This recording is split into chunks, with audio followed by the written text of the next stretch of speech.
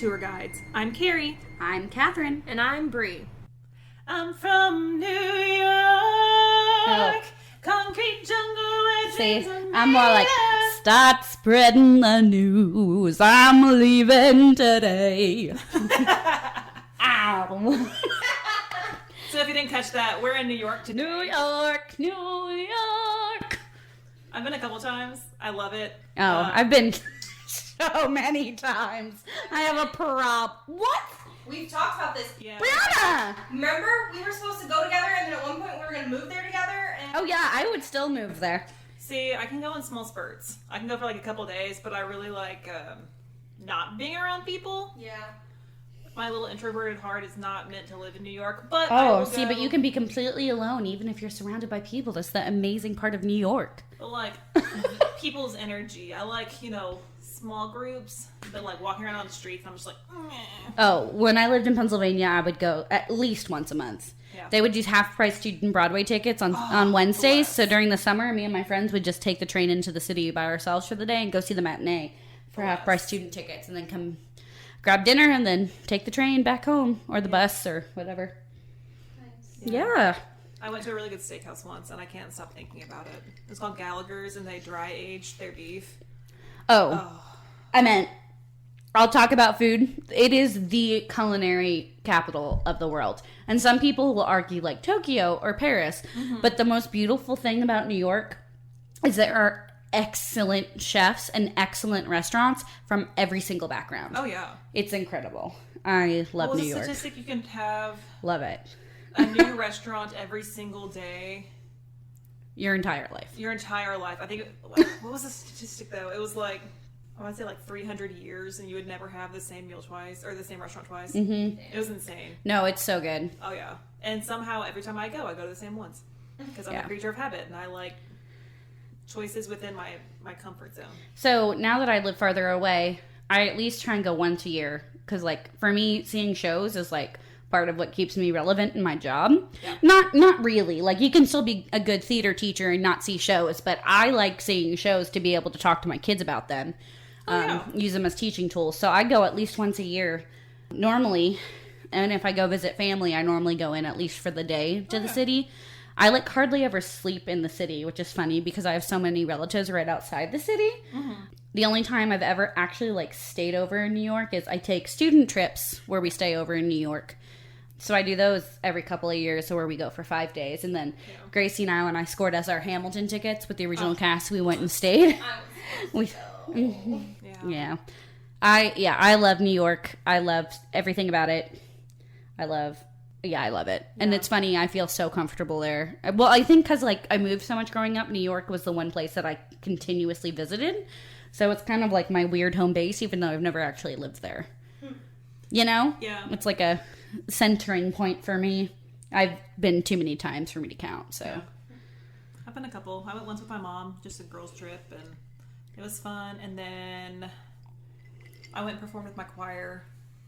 We took a college trip up there, performed in Lincoln Center.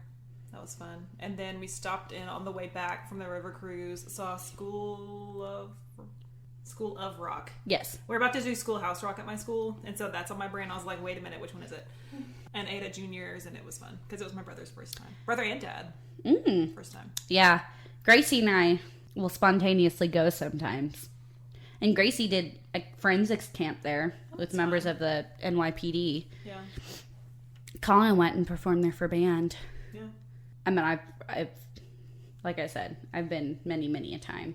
But it's funny because last time I went was the first time I've done, like, several things. Because, like, I don't normally do all the touristy stuff. Like, the very, very touristy thing I do is go see Broadway shows. But to me, it's not necessarily touristy. Right. But that's, like, my big touristy thing. So, like, I had never done a lot of, like Ellis Island and everything like that. I had never done it before until I brought students and we did it. And I was like, this is weird. Yeah. That I've been here literally since I can remember, and I've never done any of this stuff. Yeah, I can't think like- if we did any touristy things, because, like, I still haven't been to Ellis Island. My mom sent me a picture of it whenever she was in a meeting, because when we took our girls trip, it was for business. And so she had some meetings, and I just wandered New York.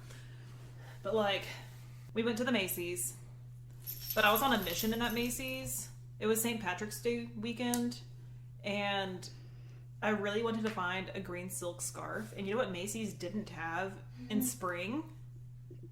A green silk scarf. What an old lady thing to look for. It's amazing. Did you have a brooch to keep it together? No. I have several. I wore one today, so I'm definitely not judging you. I wore my autism brooch. I think the only brooch I have is an eighth note, but Of course it is. it's bedazzled, thanks. Several. I have several brooches. Several antique ones, too. 80. Well, I know. Zach's grandma has a ton, and I kind of want some of them because some of them are like amazing, but I also don't know how I would wear them because it's not really just like a piece that I wear. But I have a Girl, feeling. you put it on your cardigan. My cardigans are so thin that I'd pull it down. Mm. And I was being a little scanty anyway today because I was wearing a sleeveless dress and my cardigan kept falling off my shoulders, and I don't wear real bras because fuck that. Oh, yeah, I don't wear bras anymore either. Quarantine showed me the light. Leisure bras. Yeah. Anyway, mine look like sports bras, and so they just like show all the time now because they are not subtle. Oh, well. Oh well. Yeah, but guys, there are so many New York songs, so get ready. Oh yeah. There's also some nice TV references. Oh my god, there are so many things. New York, man. I like a cheeseburger, large fries, and a cosmopolitan. Carrie Bradshaw, Sex in the City. Never seen that. So I binged it. Episodes here and there. I binged it because why would I not want to watch a hilarious show where the main character shares my name? I hate Sarah Jessica Parker, so... I know, she looks like a horse. No, it's nothing. It's just... She's married to Matthew Broderick, whom I love. And they've been together a long time, and I bet you she's really nice. But after seeing her in Once Upon a Mattress, I cannot stand her as Fred. I'm shy, and I want to punch her in the face. So that's how she sings that song. I can't deal. I'm sorry, you know Sarah Jessica what will Parker. help you deal with it? A cosmopolitan. I love Cosmos, girl. Yes, So, because we're 80, so we love the Cosmos. yes. Sorry, this is a really long... I did a lot of research, and I actually didn't finish it because there was so much, and I could have written pages on this. But this is gonna have to be one of our we do another one yeah. cities because they're so. Oh my god, guys, narrowing down crime in New York City, it was laughable. Yeah. I literally saw the list and went, yeah.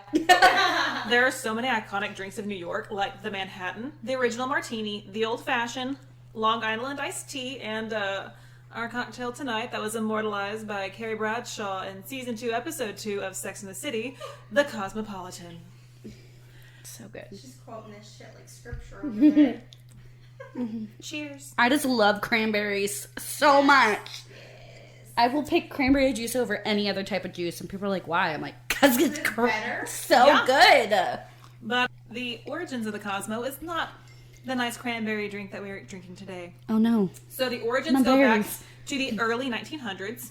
There's a version from the 1934 book Pioneers of Mixing at Elite Bars. Oh, I Bree, like that. You're going to like this one. Ooh, okay. So the original recipe was 2 ounces of dry gin, half ounce of triple sec liqueur, 3/4 ounce of lemon juice, and 1/4 ounce of raspberry syrup. That sounds amazing as well. Right? I want to make that one too. Oh, that sounds like raspberry lemonade. Raspberries. Oh my god. And lemon. I know. That sounds delicious. Oh yeah. And then triple sec, which I transitioning love. out of that, it turned into a vodka gimlet. Okay. Which I love gimlets anyway, but I drink them with gin like they're supposed to be had. 'Cause I'm not a fucking heathen. However, the vodka. modern day drink is credited to Toby Cecchini. Cecchini? I'm gonna call him Cecchini because Cecchini. Check out that Keenie. Cute. But he worked in the Odeon restaurant and bar and perfected his Cosmo in 1988. But yes, so I'll get to his original recipe at the end. Cecchini was interviewed and had this amazing quote about his creation of the Cosmopolitan. Quote, I was working... First off, I also have like a shit ton of quotes today, so be ready. Got it. Not just within this, but like, I got some quotes, man. Anyway, his quote was, I was working at the Odeon with this woman, Melissa Huffsmith, who had some friends from San Francisco, and they showed her this drink that was kind of making the rounds in bars in San Francisco. Vodka and Rose's lime and Rose's grenadine, shaken up and put in a martini glass with a twist of lemon, and I was like, oh, well, that's very pretty, but it's dreadful. I thought it was hilarious. He used the recipe for a sour and a margarita as the base and then played with the other ingredients. So he took this idea of this kind of makeshift cosmopolitan, combined it with a sour and a margarita, and there we go. Arguably the best drinks. Oh, yeah. So one of the edits that he made was the use of cranberry juice. There was a bit of a panic with cranberries in the 1960s because there were traces of herbicide found in the berries, which caused a plummet in the sales of cranberries over the next few decades. Ocean Spray began publishing booklets trying to encourage people to buy cranberries again and use the cranberry juice. And so this is the drink that revitalized cranberries. Interesting. It's funny, they were afraid of herbicide, but they spray it on everything anyways. I know. Jesus. For this reason, Ocean Spray is the brand of cranberry juice to prioritize in your Cosmo. Oh. Yes, ours is Ocean Spray. I like the commercials. Oh, yeah. I like the commercials. No, they're like pretty funny. I do like them. They're like, I'm like, look at him and those berries floating around in there.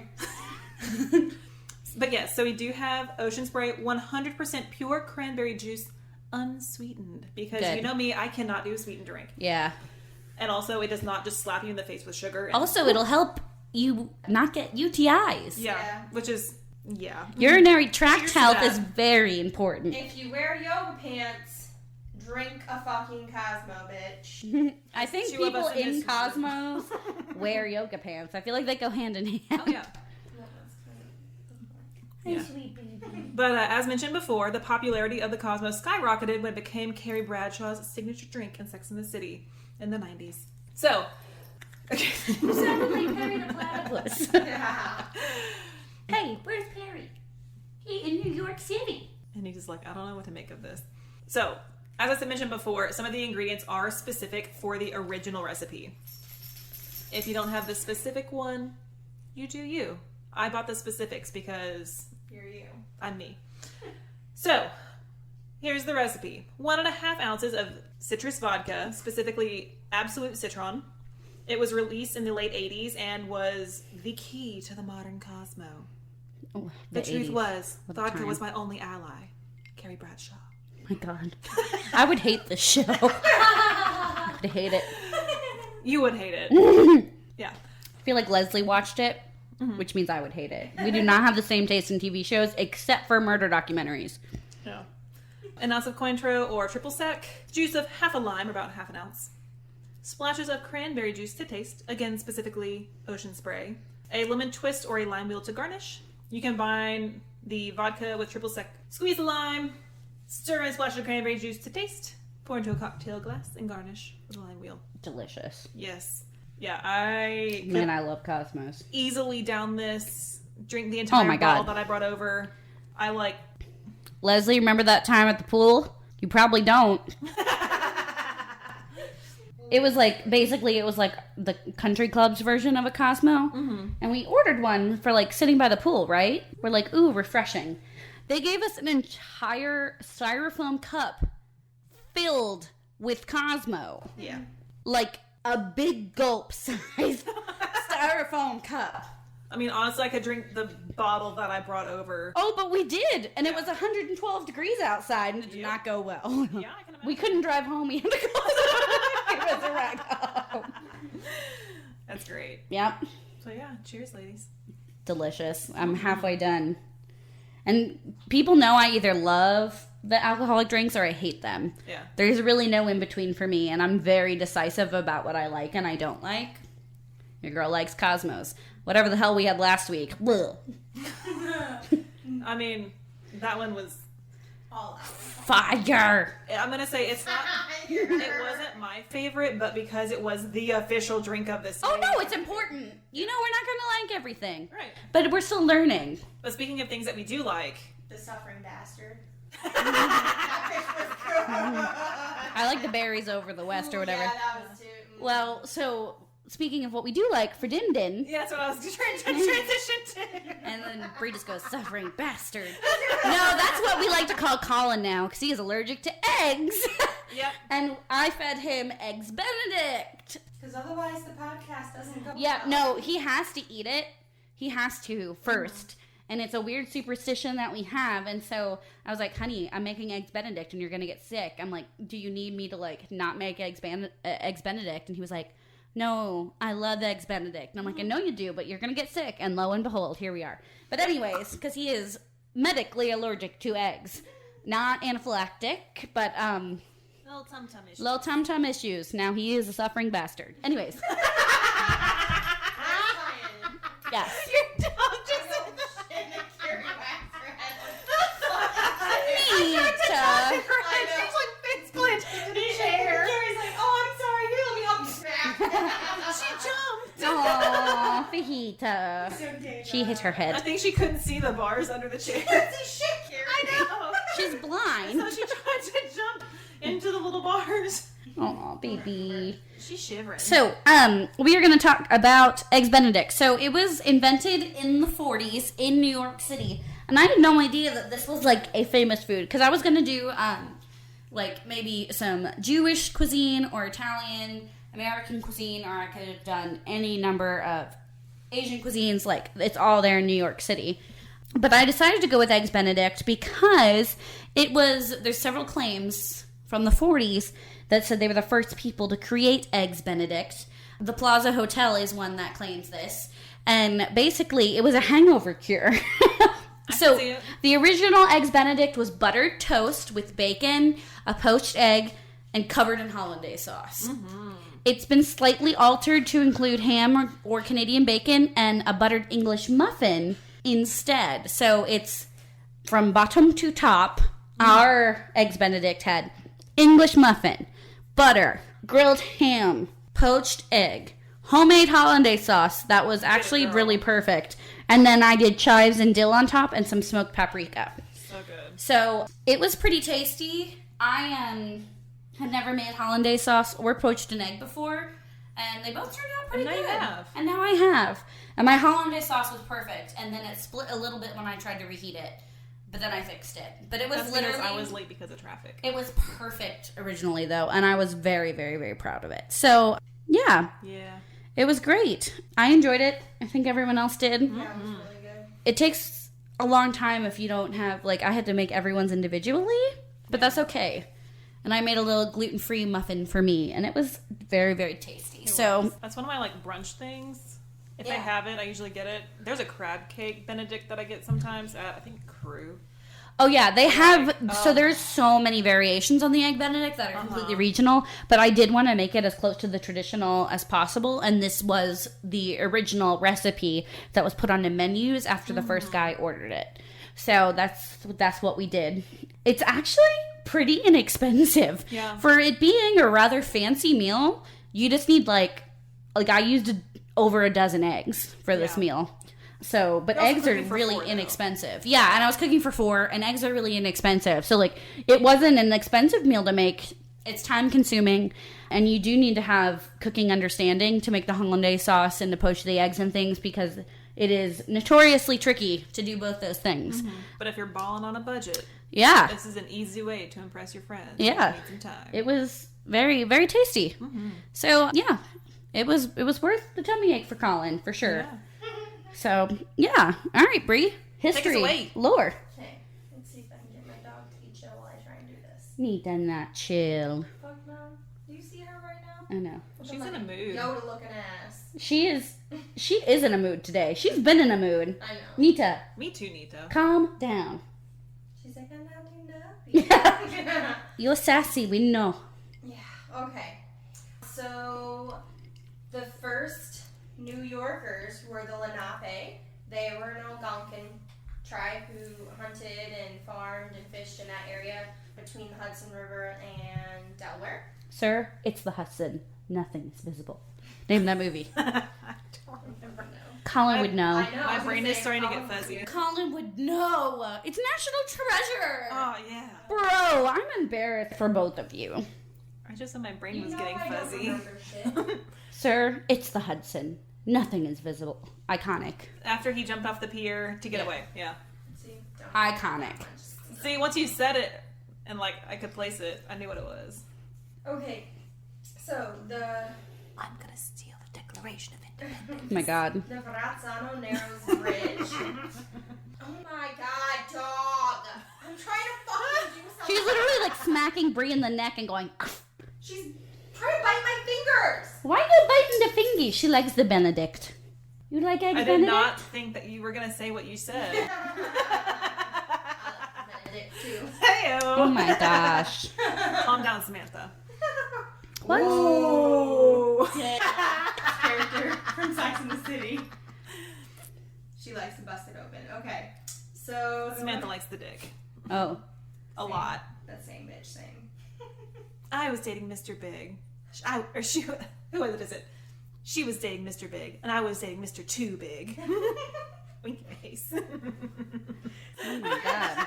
Bridge, right? I would hate the show. So Giovanni da Verrazzano was an Italian sailor. Yes, he came was. to the New World in 1523. I guess he was the first explorer since the early Norse sailors that came to North Oh America. yeah, they showed up a long time ago. Yep. Yeah.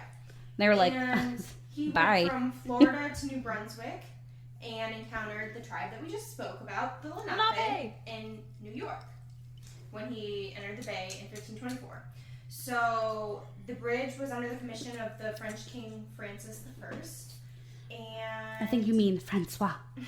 it opened in 1964 and was named after, obviously, that explorer. Mhm. But they spelled it wrong. As they do. Yeah. Well, it's Italian they names. dropped a Z, so, yeah. I meant my family dropped a ton of letters to try and get people to be able to say my last name. It did not help. My mom said the other day, she was like, I don't even know. She said Catherine. She's like, is it like the same last name? I don't even know what the fuck we were talking about, but it was something about like, is it like Catherine's last name? Like, thing, and I think she forgot your last name. Denozo. No, she didn't say Denozo. That wouldn't surprise me though. She does love NCIS. My kids are talking about it today. I was like, yes, small people. But it was close. Karen can't say Italian last names. Pretty much. Yep. Nita is being a attention She is whore. Literally so aggressive right now. Look at her. What's going on with her? I had her in my lap. She shivered and almost face planted into the chair legs. She started slapping you on the neck with her paw. She said, Fajita, what you doing? Say, this is not our normal day for recording. What the fuck? That probably is what it It is. probably She's is. upset that her schedule's thrown My off. days are off, bitch. Mm-hmm. Look at I know, she looked at your hand like, excuse me, why isn't it here? She has such a Pet busy schedule. me. Nita doesn't understand why we're recording on a different day. Alright, so the Hudson River, Henry Hudson had worked for both the Dutch and the English during different times, and he obviously explored North America, trying to find a northwestern passageway that would lead him to Asia. Nope. Of course. After a What? couple The of Earl ex- is Earl. Earl's round. Goodbye, Earl. Okay. Don't let Zach hear you singing that. Okay, so he had a couple of attempts with the British, but he was commissioned by the Dutch East India Company, and during that expedition in 1609, he and his Of course it crew sailed to New York and went up to the river to what is now Albany, and they named it after him, obviously, the river, that is. So. What? Albany's named after? Albany? I'm from the South. Albany? Did I say Albany too? Mhm. Fuck. Both of you were disgraceful. I'm from Texas. I don't know why I said it that way, because I normally don't. Alabama, Albany. Okay, so Manhattan and New York. Why do you look shooketh? She looks like a fucking Ewok. She said, She's like, why is your hand there? So during the Dutch Golden Age in the 17th century, New I Netherlands don't speak freaky deaky Dutch. was a Dutch colony, which consisted of New York, Jersey, Everything Delaware, is legal in New and- Jersey. was and Connecticut. I like gold. Every week I can work in it. Iconic. So New Netherlands was created so that they could get a foothold in the fur trade. Mm-hmm. And during that time, Peter Minuit, the director of the Dutch West India Company, bought Manhattan from the natives. So they colonized it, And then he actually did buy it. Yeah. He wasn't like, bitch, this is mine now. Yeah, no, he was like, he bought it, which is kind of cool. It's like one of the only U.S. cities that we actually purchased. Crazy. Yeah. And then, so you can see, like, a combination of, like, Dutch and Native American languages, like Hackensack and Manhattan. Mm-hmm. And then in 1664, King Charles II of England promised New Netherlands to the Duke of York, which was his brother, even though it was technically still under Dutch control.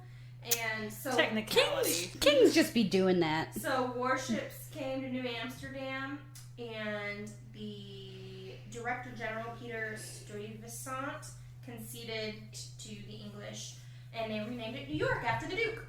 So the Dutch recaptured New York in 1673, and renamed it New Orange, but they had to give it back to the British in 74 to get back control of Suriname. Okay. And then over the next century, New York's population grew exponentially and included immigrants from England, Germany, the Netherlands, and France, as well as African slaves and indentured servants. And for a time, from you get a neighborhood, and you get a neighborhood, and you get a neighborhood. New York obviously wasn't big on the Brits, and in 1765, even burned an effigy of the royal governor. But the British really wanted the city, and in 1776, they got it despite Washington's and the Continental Army's best efforts, and it ended up being a British military base until 1783. For a span of a mere 5 years, from 1785 to 1790, New York City actually served as the U.S. capital. Shout out to Hamilton, fighting over where they're going to put the capital, all the incoherent yelling. What did it take for you to send New York City down the river?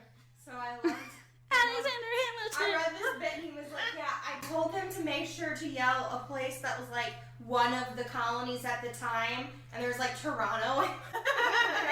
The U.S. capital is in Toronto. That would be amazing. I read a post about that and I was like, yes, this is great. Never gonna be president now. One less thing to worry about. One less thing to worry about. Have you read this? Okay. 1825. Damn. I love all of the this side deep voice. Oh no, this makes me feel incredible. This is the most powerful I've ever felt underneath this boom mic situation I have going on. Okay. On my floor. Can't afford furniture, but I have the microphone and I don't have to touch it, so I feel powerful. This is a podcast. We don't need furniture. We just need mics and a computer. It's true. That's what we got. So thank God for that. Okay, in 1825, propped up on chairs. We each have our own chair though, and I have coasters. So I don't know what. Okay. With the completion of the Erie Canal in 1825, it allowed the trade from the Houston River. Nope. No, wrong. Other H. Wrong. Hudson. I know, the Hudson River. And Houston in New York is Houston. That's gross. We were here first! I love how Catherine includes herself in that. Yes, I do! God, have you never seen Newsies? Jesus Christ. I have. You know they sing about Houston. And I think it's wrong every time. Oh But my it's God. fine. My little Texas heart will... From the Hudson River to Lake Erie. In addition to the pre-existing trade ports, New York became the trading capital of the U.S. And in the 1840s and 50s, immigrants from all over Ireland, Germany, Eastern and Southern Europe came in numbers, settling into their distinct ethnic neighborhoods, creating their own communities, like Catherine has mentioned. You get a neighborhood. You get a neighborhood. So the Brooklyn Bridge was started to construct. That was a bad sentence. Yep. So while Bree figures out the sentence, what I'm so passionate about this is that my family, both sides of my family, I know exactly when they came through Ellis Island. I know exactly what tenement houses they lived in until they could afford enough money to move over into Pennsylvania. Like, I know exactly my family history of both my Italian and my Irish side. Like, I can trace everything. And it's fairly recent that my families have moved here. So, like, that's another reason why I'm super nostalgic about New York. Because, like, my family was a part of all this. So, like, most families in America, to be fair. But still, I was there. I was there. So the Brooklyn Bridge, they began construction in 1869 with John Augustus Roebling until he got sick and passed it along to his son, Washington. But then he got injured in about 1870, and he had to watch his wife take over construction, Emily Warren Roebling. So she worked with the engineers and her husband to get this constructed. It opened on May 24th of 1883, and to stop the rumors of like weakness in the bridge, P.T. Barnum led 21 elephants across the bridge on This is the greatest show! Yeah! Guys, I'm feeling this. This was like 4 Cosmos. Guys, we did not drink martini glasses of Cosmos. We drank full 16-ounce drinking glasses worth of Cosmos. I made 8 servings of it. Yeah. And Colin only had 1 serving. And even still, I had half of it. So each of us are having a little over a serving. Well, a little over 2 servings each. Yeah. Numbers are hard. Especially when you've had 2 Cosmos. So, I should have brought more, though. Yeah, I fucking love Cosmos. If we didn't have to work tomorrow... That's true. I love Cosmos, man. What? Halloween drink. Cosmos, they're pink. It's bloody. Yeah. It's bloody. I'll add a little bit more cranberry juice to it, make it a little more red. We can even have red food dye if we really want to be fancy. No, I don't want my poop to change colors again. Oh my god. Throwback to my wedding. And just seeing Jojo Rabbit. Jojo Rabbit. God, what an iconic film. Okay, so the Brooklyn Bridge was 1, the 2, 3, largest. swastika. Or my favorite part of that movie. They go 1, 2, 3, swastika, and they all go. Woo! And I literally spit out my drink in the movie theater. Wait, we're doing a boomerang for the I was not prepared. I was not prepared. She goes 1, 2, 3, swastika. Oh my god, I loved that movie. And some people like didn't get that movie. I'm like, how do you not get it? It's very clearly making fun of Hitler. It's amazing. Yeah. Oh my god. It's very touching at parts too, but it's just so funny. They had to have like some content in it. Yeah. But Stay tuned, listeners. All 6 of you who follow our Instagram are in for a treat. my wannabe abs hurt. God, that movie's so good. I love it. Okay, where the fuck was I? I don't know. We got distracted with Jojo Rabbit. Oh, the last sentence of the motherfucking Brooklyn Bridge. That's A fair. View from the Bridge, a very famous play. Anyway, it was the largest suspension bridge at the time, and yeah. That's right. We got off with Barnum Bailey. Mm-hmm. Okay. I'm getting hot from this drink, motherfucker. 76 You're welcome. trombones in the morning. That's a terrible music. 100. Brie was in it. It's the only musical I've ever been in. Brie was in the Music Man. It's so racist. It's I know. incredible. It's because The it was only- my senior year, and I was like, I have to force myself out of my shell, and that happened to be the one they were doing at the time. I didn't even try out. I was just like in the chorus, and I had one part where it was like, The and I'd like a new rocking chair, or whatever. Iconic. Obviously, I did it better than that, but... I would be pleased if I could get my kids to make that sound that you just made. I'm just trying to get The them to, only like, good song sing is out. Marian when they hide behind the books. That's cute. Okay, the Statue of Liberty. You were starting here. And America. America. Sorry. I've been singing. You're good. That's what I've been teaching my kids recently, and it's on my brain. Can we Go sing ahead. some Billy Joel after this? I feel like we have to. Sure. It's the most New York thing we could. Guys, do you know how much I still have to get through? Okay, keep going, keep going. If I say a two-parter again. Whoops. In New York, 2 times the fun, 'cause we're drunk on Cosmos. There's nothing drunk we yet. can't do Take a swig. with Well, I'm Cosmos. not talking. I might as well. Right. We put the Cosmos in our body, and it makes us I loopy. thought you were gonna. Where else you put a Cosmo, Brie? I'm not saying you put it anywhere else. It's just not the word I thought you were. Well, you guys are dirty, and that's why you think I'm going to say different things than what I actually say. But I mean, that B started like the vowel following the B sounded like it was gonna go a different way. That literally. Fajita, did you hear this nonsensical things that they're saying? Okay, the Statue of Liberty. This is a woman who can't brush her own hair. Opened in 1886. Obviously, huge symbol of New York City. Inspired by From the French. Edouard René de Lamballe. The Some French. shit like that. Anyway. Lafayette. What? And make it as good as what I want. And I'm gonna sip it to make it Lafayette. Watch them, raging them, engaging them, and something else in Lafayette. Have you seen the meme where it's like Lafayette and then it says speaking in French Penguinese? Yeah, that right though. Yep. So he was an abolitionist and obviously, Not Lafayette, that dude. Yeah.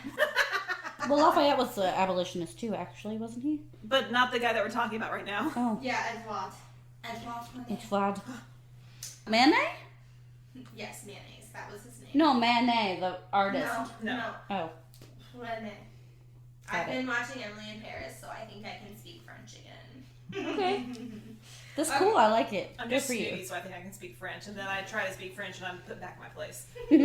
Granted. I used Dijon in my eggs Benedict a little bit. I don't know if I told y'all my French story. When I was in college, we were... Bree's story. What? Bree's story. This will take like 2 seconds. Okay. We were singing a French piece, and everyone in the soprano section was like, hey, who's best at French? Carrie! And I was like, why did you pick me? And they're like, you sing in French, right? And I was like, we all do! Yeah. So I was in charge of correcting French for our French piece, and I was like, what the fuck qualifies me to do this? It's my only French song, you know. I literally don't even remember the song. So the Statue of Liberty was a gift from France, obviously. So the symbols include the torch, the broken chains, and the tablet. And the, I guess, beaten sod as like a symbol of hope as the U.S. was seen. And it symbolized the freedom available to people who decided to immigrate here. I've seen Fievel in American Tale. I know how it be. So, yeah. NYC musical. Annie. Yeah, Boom. terrible. Okay. So, for those of you who don't know, New York City is made up of 5 boroughs: Manhattan, the Bronx, Brooklyn, Queens, and Staten Island. But prior to 1895, that was not I'm the the case. king in New York. Name that musical. Is that not Newsies? It is Newsies. Okay. We just referenced that a lot this time. Saw What? that on the show, We just so- referenced that tonight. Well, yeah, I meant it's like the New Yorkiest. Yeah. Yeah. The people of these 5 boroughs came together and voted to join with Manhattan to create Greater New York. And because of this, on December 31st, 1897, New York City went to sleep with a population of a little over 2 million people and woke up the next morning with a population of 3,350,000. Woo! So, She busy. immigration to Ellis Island. Nice. 1892 to 1954, obviously a bunch of immigrants came through. The applications were processed at Ellis Island and they were either allowed to stay or sent back home. And about 12 million people were processed through Ellis Island, and approximately 1/3 of our current population has, like Catherine was saying, ancestors who came through Ellis I Island. have all 8 of my great-grandparents. That's cool. And they have on Ellis Island a museum that It's really was nice. connected with the Statue of Liberty. So, with the construction, You can. They have computer systems Uh-huh. that are all their database, and you can search up your family history, and then they tell you what section, so you can actually go and see their handwriting and take pictures of their like actual handwriting as they signed in. It's really neat. Like cool. I was surprised I hadn't done it. My grandma had gone back in like the 60s to do our whole family history. So I had seen it through there, but I had never gone until like 3 or 4 years ago, and it's really cool. I need to go. I know my paternal great grandpa came over. I'm not sure about on my mom's side, but I know because my dad told me a story about how we changed the spelling of our last name. Yeah, us too. Yeah. On all the sides, and it didn't But work. like easy. So I don't know why. Yeah. So with the construction of the new suburbs and highways following World War II, the city experienced what was referred to in the article as white flight, Yep. in which the more affluent and obviously white people left the city. With the Hart-Celler Immigration and Nationality Act in 1965, however, immigrants from Latin American, Latin America, Africa, Asia, and Lights the up Caribbean. on Washington were all Heights up from- at the break of day. I wake up and I got this little punk I gotta chase away. Name that musical. In the Heights. Correct. Were all allowed to come to the U.S. and many of them ended up staying in New York. The matchbox of our own. So, New A York's real World's chain Fair link. Name that was musical. a shift from world fairs of, Wheel out on the Ghost Pass, whatever the fuck it was, with Oh, technology nice, like to more Levittown. society and culture. Huh? I'm talking about Levittown. Continue. Oh. Do you talk about Levittown? I don't think I actually do. Like I said, there was so fucking much. Oh, This is definitely going to be a Two-parter? Or A continued. repeat. Yeah. But yeah, they shifted the World Fair's themes from in the past when it had been more technology, and now it's more about society and culture. So before it had been like industrialization and scientific And baby advances. incubators. Yes, which I mean important. But that changed with New York City from 1939 to 1940.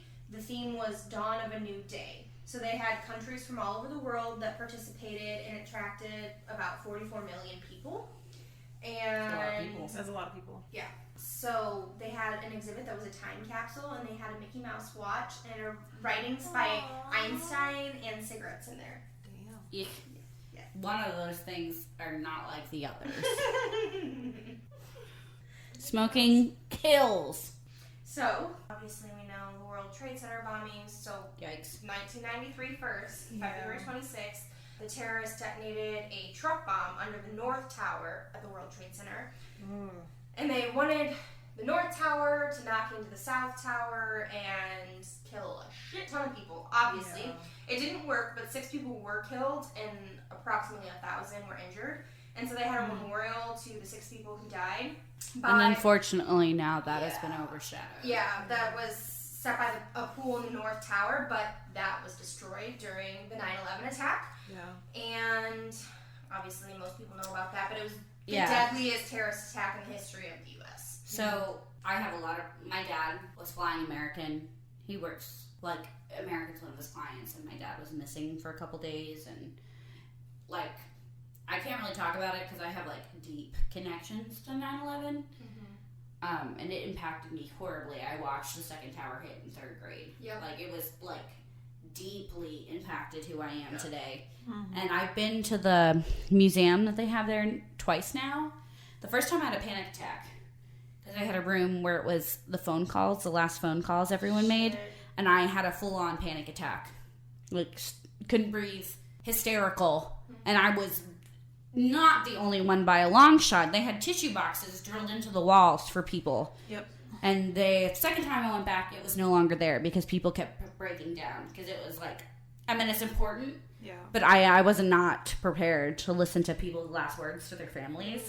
Well, the Bush Museum in Dallas had something comparable to that. They had a piece of the wall, and Yeah. I mean, lost it's it. super. I hate to say how beautifully done it is, but the thought and care that went into that, it is wonderfully, wonderfully, wonderfully done. And I think it's important to have horrible things like that in museums. And also there is the memorial because there are still bodies that have not been recovered. And so they have a whole section that's literally people's grave sites. Yeah. So family members can go there to mourn. Like, it's important and it's beautifully done. And it's something important because, like, when I talk to my students, they weren't alive. Yeah. It's completely different. It's a pivotal moment in my life that they were not alive for. So if you get a chance, go because it is beautifully done. And an incredible amount of work went into making sure that it celebrated victims and showed historical accuracy without creating any sort of Controversy? not even controversy. They didn't glorify like the sacrifice made by people or anything like that. It was just these people were murdered. Yeah. And this is where we come to mourn them, which I think is good because some war memorials it changes that a little bit. Yeah. So So they had a traveling museum that I actually went to back home with my mom right before I moved back here.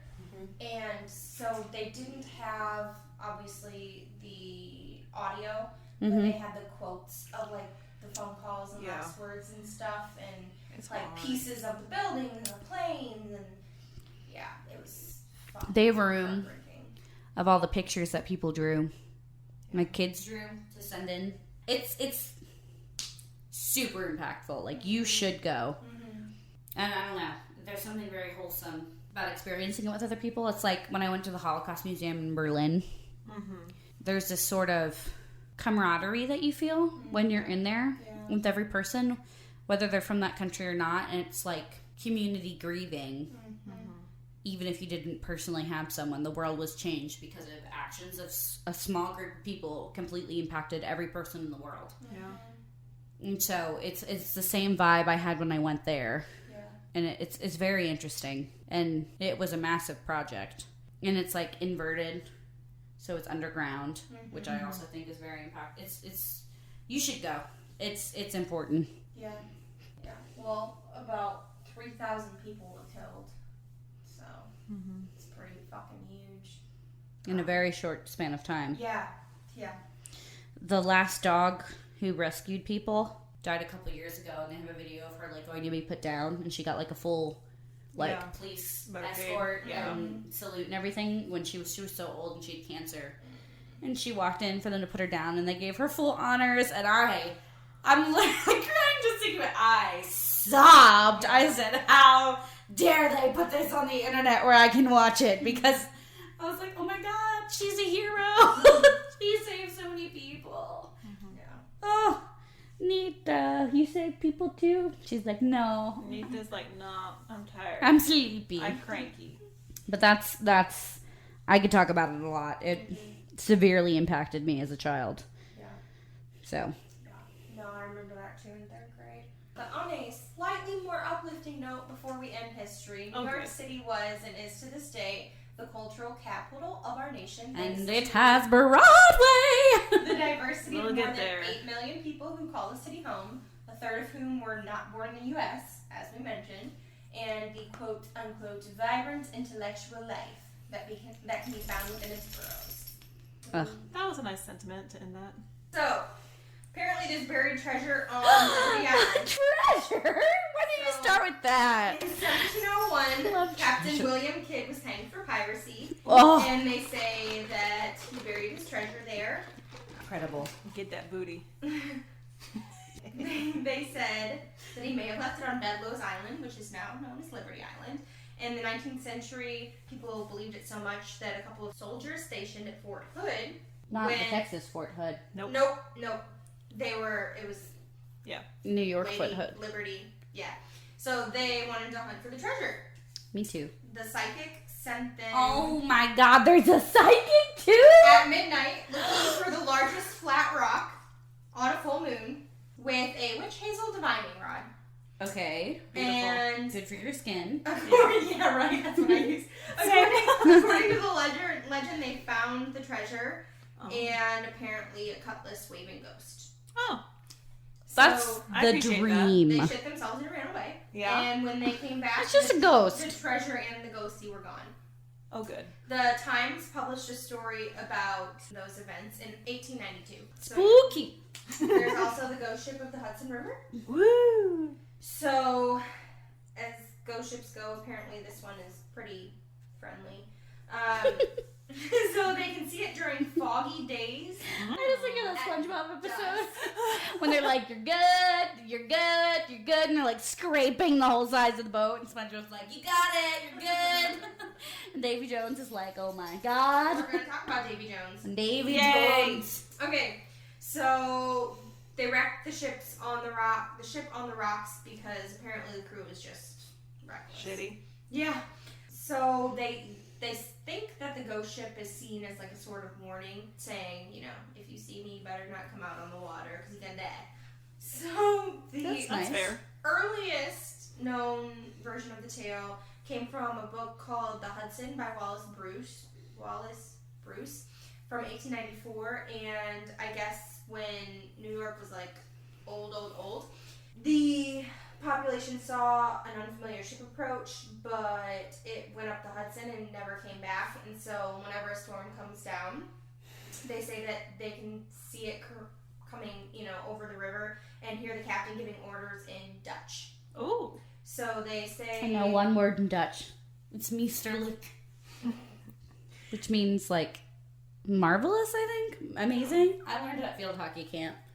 But I had an RA flare-up before I knew what an RA flare-up was, and I was so swollen. They told me I had leukemia. Oh. Fun days at field hockey camp. And guys, I was trying so hard to be athletic. My second most embarrassing moment happened at the camp.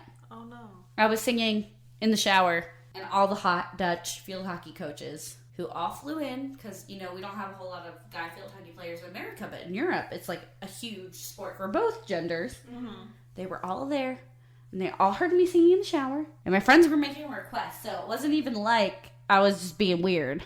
I was only being half weird, which for me is pretty good. And they made me sing at camp in front of everyone. But I came down, and I was, like, clearly from the shower, and they're like, was that you singing? And I was like, oh, my God. Mm-hmm. They all had their cute European accents. It was terrible. I'm sure it was so awful. It really was. Oh, my God. That was my second most embarrassing moment. My first most embarrassing moment was the same thing, but I was in preschool. And I was singing in the bathroom, and I came out, and my teacher was like, well, thank you for joining us. And I was like, and I still... They were all just, like, sitting there staring at me, listening to me sing. And oh, my God. I'm blushing just thinking about it. My most embarrassing moment happened twice. Me singing in a bathroom, and people were listening for an extended period of time, and I didn't know. I do it all the time. I'm just like, fuck it. I remember realizing that my parents' house was not soundproof, and I would sing in the shower, and they could hear it throughout the entire house, because the shower that I used was in the middle of the house. And apparently my parents started noticing when I would not sing in the shower as much. And I overheard my dad on the phone with my grandma being like, yeah, she's singing less in the shower now. I don't know what's going on with her. I'm like, is this like my non-therapy therapy? Like, you're noticing I'm not singing in the shower as much? What? Oh, no. If that's happening with me, you know something's wrong. Like, that's for real, though. Like, if I'm singing less and if I'm not singing in the shower, I'm not good. So, that's a thing. Yeah. Okay, so they've seen sightings of that vessel ever since New York was still a Dutch colony. And they connected to other famous lost Dutch ships, like the Flying Dutchman. Hey-o. And the interesting death of Henry Hudson. Oh. So, I guess the captain of the Flying Dutchman was originally Vander Decken, which was obviously a fake name for a captain who died off a coast of Africa or some shit. But he had to keep sailing with his crew until he found a woman who would love him, like in Pirates of the Caribbean, Abby. I would love you, Keira Knightley. For yeah? reals. Anyway, Henry Hudson... Wait, another interjection. Thank God Johnny Depp's name has been cleared. Thank you. Mm-hmm. I was devastated. Mm-hmm. I said, Johnny, I believed in you. And now I'm like, poor Johnny. Mm-hmm. But it's very important to recognize women as abusers as well in relationships. Yeah. And Johnny, I'm so sorry I ever doubted you. And I love you, man. Mm-hmm. Hang in there, buddy. Because he's an avid listener of the podcast. Oh, of course. Him and Beyonce will meet up together to listen to it. My students are obsessed with Beyonce. And I was like, oh, I'm glad she's still relevant because I still know her songs. I'm glad she's still relevant. It's Beyonce, Carrie. Of course she's still relevant. They play Single Ladies in the hallway, and the kids are like, oh, the Single Ladies. Oh, it's because it's Beyonce. And I'm like, I know every word. Yeah. And I'm going to sing it. They don't know and these nothing kids, about that Destiny's Child shit, though. For real. And I'm like, I can say sing my this name, in the hallways, say my name. And the kids think I'm cool.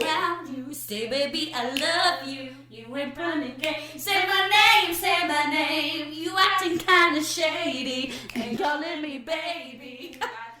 Hey, something. Damn it. Okay, Henry Hudson. They thought he was the other potential captain. So he pissed off the crew by telling them they had to keep sailing during the winter, even if they died. And so they did. They mutinied, and they either abandoned him and his supporters in a lifeboat, or they killed them all, depending on who you're gonna ask. So. I'm or both. Sailing. Oh. Black ocean, low in the water, nowhere to go. Our child did good with that one. Tiniest lifeboat. Alligators in the sewers. Name that musical. Heathers. It's the one that we bonded over. I know. So they said that a bunch of city slickers bought some little baby alligators Oh, and damn. Oh my God! flushed them into the sewer system. I don't think they would flush down the toilets very well. How dare they do that to an alligator? It's lore, Carrie. It is lore. What? But still. Just like Teenage Mutant Ninja Turtles. Yeah. Okay, so With your husband's weird fascination with Don't it? talk about my husband and his weird fascination. It almost made us get divorced. I'm just kidding. The alligators fucked and had more of them. And they became blind and albino. Oh, Oh my god. Like Nita. Nita, are you an alligator? Apparently there were some She's chopping newspaper like it. reportings of sightings. And the most famous one was in February of 1935 in the New York Times about an 8-foot-long alligator that they pulled out of a Harlem manhole. Oh! And Do then the they Harlem killed it. Shake. Yes. But then also in 1959, The World Beneath the City by Robert Daly, by retired sewer superintendent Teddy May, talked about how he exterminated a colony of alligators with rat poison and 22 rifles. There was also a Doctor Who episode about the Daleks turning pig people into like pigs and people and like binding them in the sewer system. So, you know, lots going on in those sewers. But yeah, it's a huge, Plenty of them. huge part of like New York City lore. And they even have a sculpture in the 14th Street subway station. Oh my God, to I love Thomas New York. Pynchon's novel. Yeah, I don't know what it's called. I forgot to write that. Anyway, doesn't matter. There's a fucking sculpture. Amazing. Fordham University has some spirits apparently. In the Bronx, there are a bunch of different haunted halls, and there's actually a professor that wrote a book of the ghost lore for that college. Her name is Libby Tucker. And apparently there was a resident assistant who was by herself in the dorm, and all the mattresses in the building were standing upright. Yep. And, Spooky. I saw that in my... oh, okay, I was like, fuck. Oh, I'm not covering it. Okay. I would have stopped it by now. So the RA called for a priest because it was a Jesuit college. Oh, for sure. Of course that's what you do. Yep. And like 2 o'clock in the morning, a Jesuit cleric came and told him that he got rid of the evil spirit. Father, the Sure he mattresses did. are standing up. And so the next morning, they spoke to the head nun and Oh my God, I love said, nuns. like, yo, sorry we didn't send anyone over to check that shit out. And then a bunch of scenes from The Exorcist were actually shot at Fordham. Incredible. And a faculty member and the priest, Father William O'Malley, played Father Dyer in the movie. Oh. So. Oh my God, he's a real priest? How did I not know that tidbit? I love that. We're going to talk about a fake priest in mine. Oh, yeah. Fake priests are the worst. He's not terrible in mine. Good. Every time I think of fake priest, I either think of Supernatural and I'm like, nice. Or I think of every other serial killer and I'm like, ugh. So, apparently there's this thing, person, whatever, called the Cropsey Maniac. Oh, Cropsy! Yeah, so it was told at like every summer camp along the East Coast ever. Sure was! Yeah, so it's How you doing, man? Cropsy, I haven't heard from you in a while. it's like a ghosty boogeyman guy who's obsessed with getting revenge for his Me wife too. and son that died in a fire that was Not started me. by a bunch of shithead kids. And I guess he kills a camper every year Oh. on the anniversary of when his wife and kids were killed. But other iterations said, like, he may have been killed in it as well, so it's his ghost that kills the kids. But Aw, Cropsy. But to Staten Islanders, it looks like he was a former employee of the abandoned Willowbrook Mental Institution. Yep. And yeah, he hunted the kids, and in 2010 they made a movie, or a documentary called Cropsy, and it talks about the case and legend versus fact. Yes, it's actually a very good documentary. I've seen it. Cool. And the last one is The Real Cost of Red Velvet Cake. Ooh. That was their heading, not mine. Oh. Loves red velvet. Oh no, but we're going to talk about it. Zach does too. That's like Zach's favorite cake. So I guess I've there's always been confused by it, because isn't it just chocolate cake? With a shit ton of red food coloring? Yeah. Yeah. Yeah. What? Yeah. I don't get it. I And don't it's, get it. it's that M word that I don't say. So apparently there was a couple that had a date at the Waldorf Astoria, and they ordered the red velvet cake, and she was an amateur baker, and he was a prince. No, just kidding.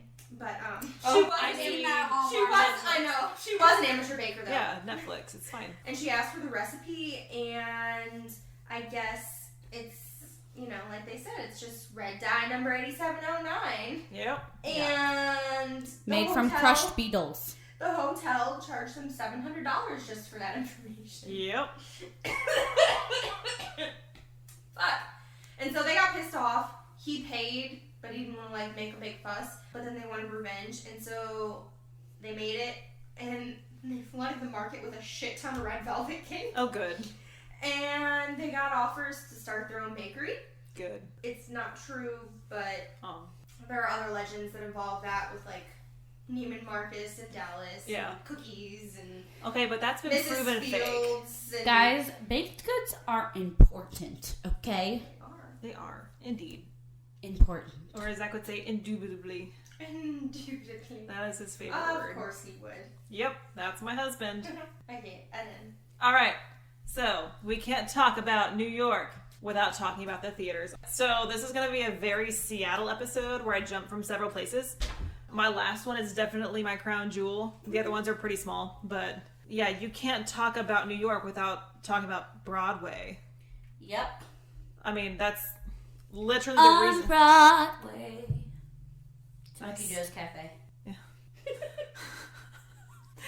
So, I've said this time and time again. Every quality theater has some sort of ghost story. Sure does. Some are more legit than others. But with a city that thrives on theater and has such a rich history, there are just so many ghost stories to revel in, so I couldn't choose just one. But just as a preface, again, I have a shit ton of quotes, and so it's very safe to assume that every quote from here on out is from a Playbill article, because they had some thorough research with some amazing Playbill interviews. does not screw around. No.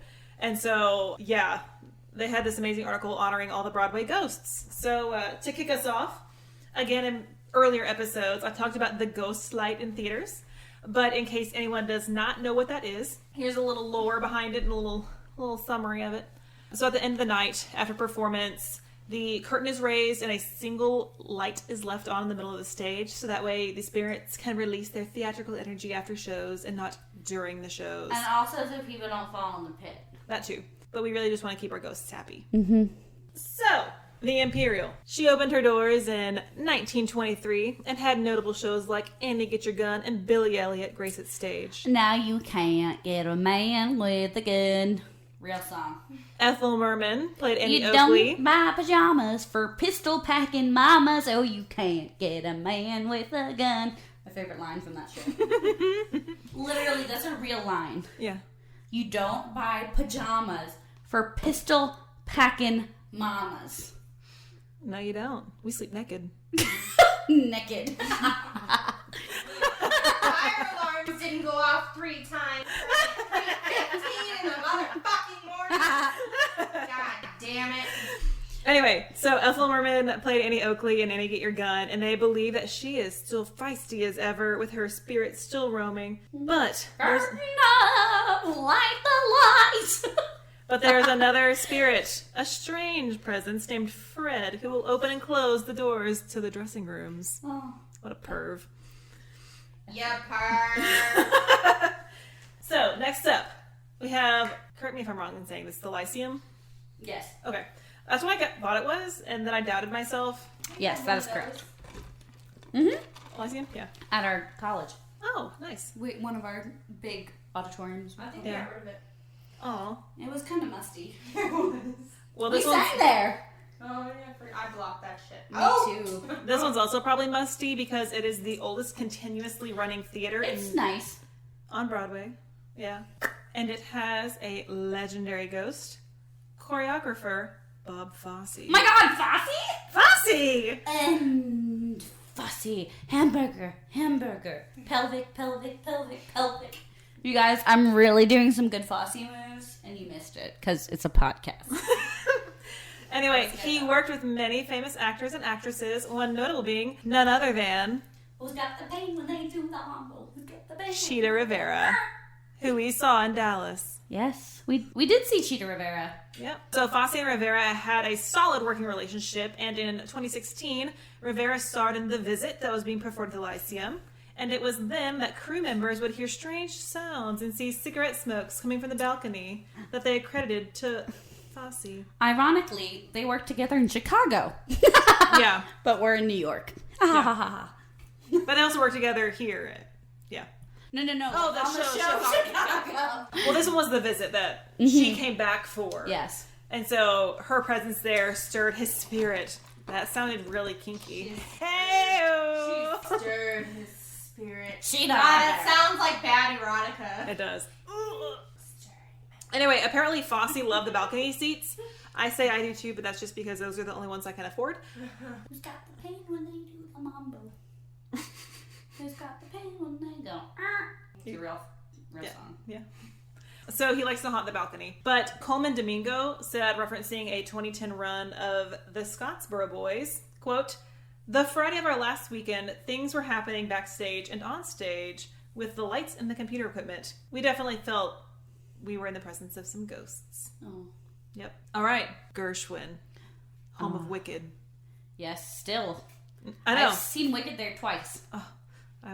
I've been to the theater, but I haven't seen it because time constraints. Mm-hmm. But there are 3 ghosts there. Also, Spelling Bee was right next door to the Gershwin. Yeah. Oh. In the same, complex. Yeah. So, according to actor Michael McCory Rose, quote, "According to sources in the know about these things, we have 3 ghosts. Drew, aka Dennis, I love theater people. is the only one we know by name. The other 2 ghosts, who are regularly seen here, haven't been named, but one dresses in a 19th century blue suit and the other wears a white t-shirt. So, Can you dress up for the theater, please? Thank Right? you. Rude. well, he may have been like a little poor, wearing a nice white. This is his best white shirt. If you're poor, you can't afford theater tickets anymore. It's true. Unfortunately. He might not have been modern. Yeah, this ain't Shakespeare. Also, it says t-shirt, so he may have been sneaking her in. One time, Grace and I were eating cheesecake at Junior's, and we saw the entire cast of Matilda in their little tiny Matilda backpacks walk into the stage tour, and all their parents walked them to the door, and they were like, "Bye, honey, have a good show," and they were like, "Bye, mommy," and then they went backstage, and my heart melted, and I decided I was gonna be a mom. Oh, that's so cute. Cheesecake in my mouth, and I said, "That's so cute. That's adorable. It's so cute." In 2012, Jonathan Warren reported Nathan Peck got tapped on the shoulder before his front of the house monkey flight one evening. Oh, yeah. The flying monkeys. No. For those Wicked? give me nightmares as children. There's a giant dragon, too. Hang on, I'm in the middle of my quote. When he turned around, no one was standing near him. Later, when he told the people about it, Kevin Huckle mentioned that he had seen this, or he had the same experience throughout the years in the same location. It is rumored and believed to be the ghosts at the Gershwin. No. So yeah, not only does it give you nightmares, but also there's ghosts haunting the actors who are playing the flying monkeys. Terrifying. I couldn't go pee in the middle of the night when I was little because I was afraid the flying monkeys. Have another drink, a green elixir, and we'll have ourselves a little mixer. Have another little soul, little lady, and follow me down. In 2010, Jason Verango said, quote, "Stage manager Jason Daunter," 2 Jasons here. There's every stage Different manager's name is Jason. It's just Yeah, scientific. we're just gonna call them all Jason. Stage manager Jason Daunter and ensemble member Eddie Pendergraft were standing on stage left and happened to look up, thinking that they saw a swing performer watching the show. Then suddenly, that person disappeared behind the curtain. The person they thought they saw was actually a few feet away from them on stage. Interesting. Yeah. It's a Phantom of the Opera. Except actual phantom, not just a deformed person that they're like, "You're not real." And he's like, "Bruh, I'll kill you." Yeah, That'll I prove will ya. fucking kill you. I will kill those you love. He will fucking kill you. Mm-hmm. As someone who had to practice my shriek finding my husband dead on a bed, it's fine. Ah! Wait, repeat that sentence? She was Carlotta's Carlotta. husband dies. Oh, yeah. He's murdered. Yeah. Okay. No. You said practice my shriek, and then when you said finding my husband dead on the bed, I thought you were like Not my real husband. acting with Zach, and No. I was like, are you telling us kinky roleplay stuff? That's later. Damn. Heyo. Anyway, okay, on to our next one. The Stephen Sondheim Theater, Oh my god. renamed in 2010 from the Henry Miller's Theater, known for housing Beautiful, the Carole King musical. Eh. Yep. Haven't seen it. Haven't really had an interest in seeing it. No, I'm not a jukebox musical gal except for Rock of Ages because the cheese level is incredible. Mm-hmm. But other than that, not. Oh, I guess Mamma Mia is fine. Yeah. It's fine. I saw it on West End and it was fun, but... Yeah. It was named for the actor-producer Henry Miller. Go figure. And it's believed that Henry Miller haunts it. He better. He haunts it by messing with the elevator if anyone mentions his name in it. # beware the shaft. Oh my god. We're making a t-shirt. It's going to be a thing. Incredible. In a 2014 interview, Kevin Duda, it's spelled D-U-D-A. Someone would say Duda, who played Mil Sedaka in Beautiful, said he, quote, had stayed late one night at the theater, walked up to the stage door, and realized that I had forgotten something in my dressing room. I noticed the old Henry Miller sign, which hangs over our security desk at the stage door, as I returned to the elevator to go backstairs. I murmured under my breath, wow, I wonder what Henry Miller thinks of his sign being... Wow, I can't process this word right now. Fucking cause. Keep your Let me try this again. At the level of your eye. Let me restart that sentence.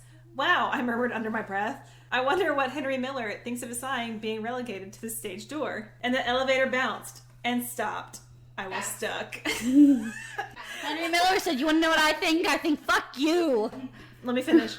I screamed for about 5 minutes, and finally Adolf, our head of security, came to my rescue and pried open the doors. I have never said Henry Miller's name in this theater again. I don't know why that word stopped me, but dang, my brain just didn't want to process it. So hey, if you had a rough day and you don't want your brain to process certain things, drink a Cosmo. No, don't drink to not process things. That's not a healthy coping mechanism. Well, not to cope with something. I didn't want to process what happened today because people were being misogynistic assholes. And, I don't want to think about that right now. So we're not going to think about it. We're going to think about, don't give the people what they want, give them something better. Which is what Samuel Lionel Roxy Rothafel said. Roxanne! Not Roxanne. That's Roxy. Okay. The name on everybody's lips is gonna be Roxy. Who says that murder's not an art? That should be our theme song. Oh. I'll quickly call up the whole gang of Chicago. Yeah. I mean, it should be fine. It's not like we didn't have to pay thousands of dollars to do that show. Yeah, it's fine. We can totally afford to pay to do that with our $6.35. Yeah, it's fine. Foxy, Roxy, heart, bum, bum, bum, bum, bum, Roxy. Anyway, on that note, we are now moving along to Radio City Music Hall. Samuel Roxy Rothafel was the creative mind behind the music hall, including the ever-stunning Rockets. I did a whole thing there, a whole tour there. Yeah. And I got a phone call that my flight for my 20 children I had with me was canceled because there was a freak tornado in Brooklyn.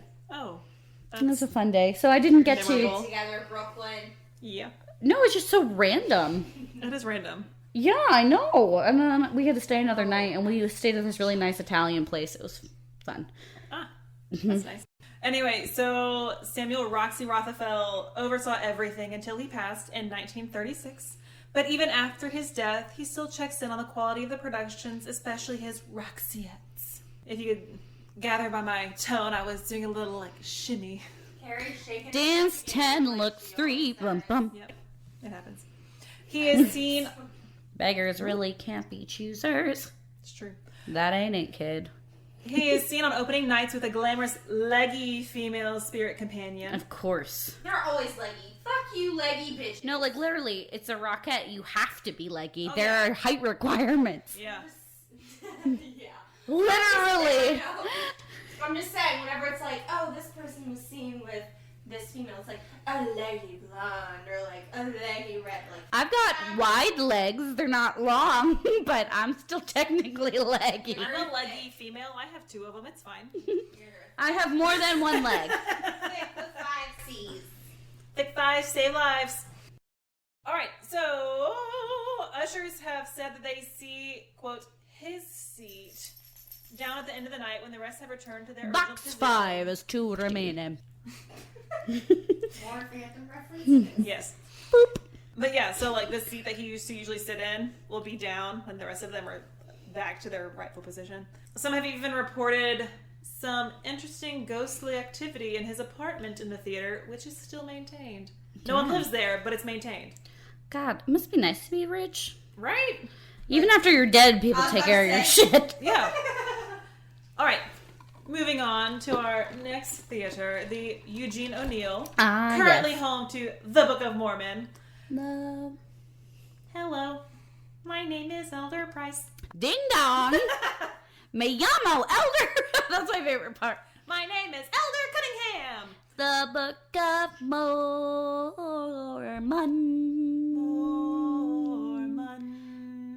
Hello. Bing. No, Elder Cunningham. That's not how we do it. I used to get a kick out of that. Spooky Mormon Hell Dream. Yeah. Iconic. Spooky Mormon Hell Dream. It's the name of one of the songs. Yep. Also, Frodo makes an appearance in that musical. Frodo of the Shire. So there are 2 ghosts at the Eugene O'Neill. The information I got from these were straight from quotes, so we're just going to go right into them. So, Donna Lynn Champlin said in a 2006 interview, "We believe there are at least 2 ghosts at the Eugene O'Neill, currently home to the Book of Mormon. 1 male and 1 female. During previews, things would randomly fall from the upstage prop shelf, sometimes dangerous things like..." Satan's boots were like $8,000 in that show. Satan has cloven boots, like thigh-high cloven boots. They're incredible.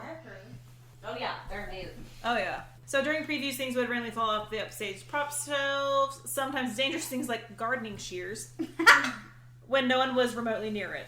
So luckily no one got hurt from the gardening shears, but they still fell. Anyway, continuing the quote. Characters' hairs get tugged every once in a while, and they have heard their characters' names whispered in their ears on stage. Spooky. Mormon. I mean, Hell. that's how I like Dream. it. Continuing this quote from Miss Donna, "There is a strong smell of lilacs somewhere downstage left. My whistle disappeared from my bloody lab coat pocket, which never leaves stage, and was found down in the basement in the, quote, dead rack of clothes.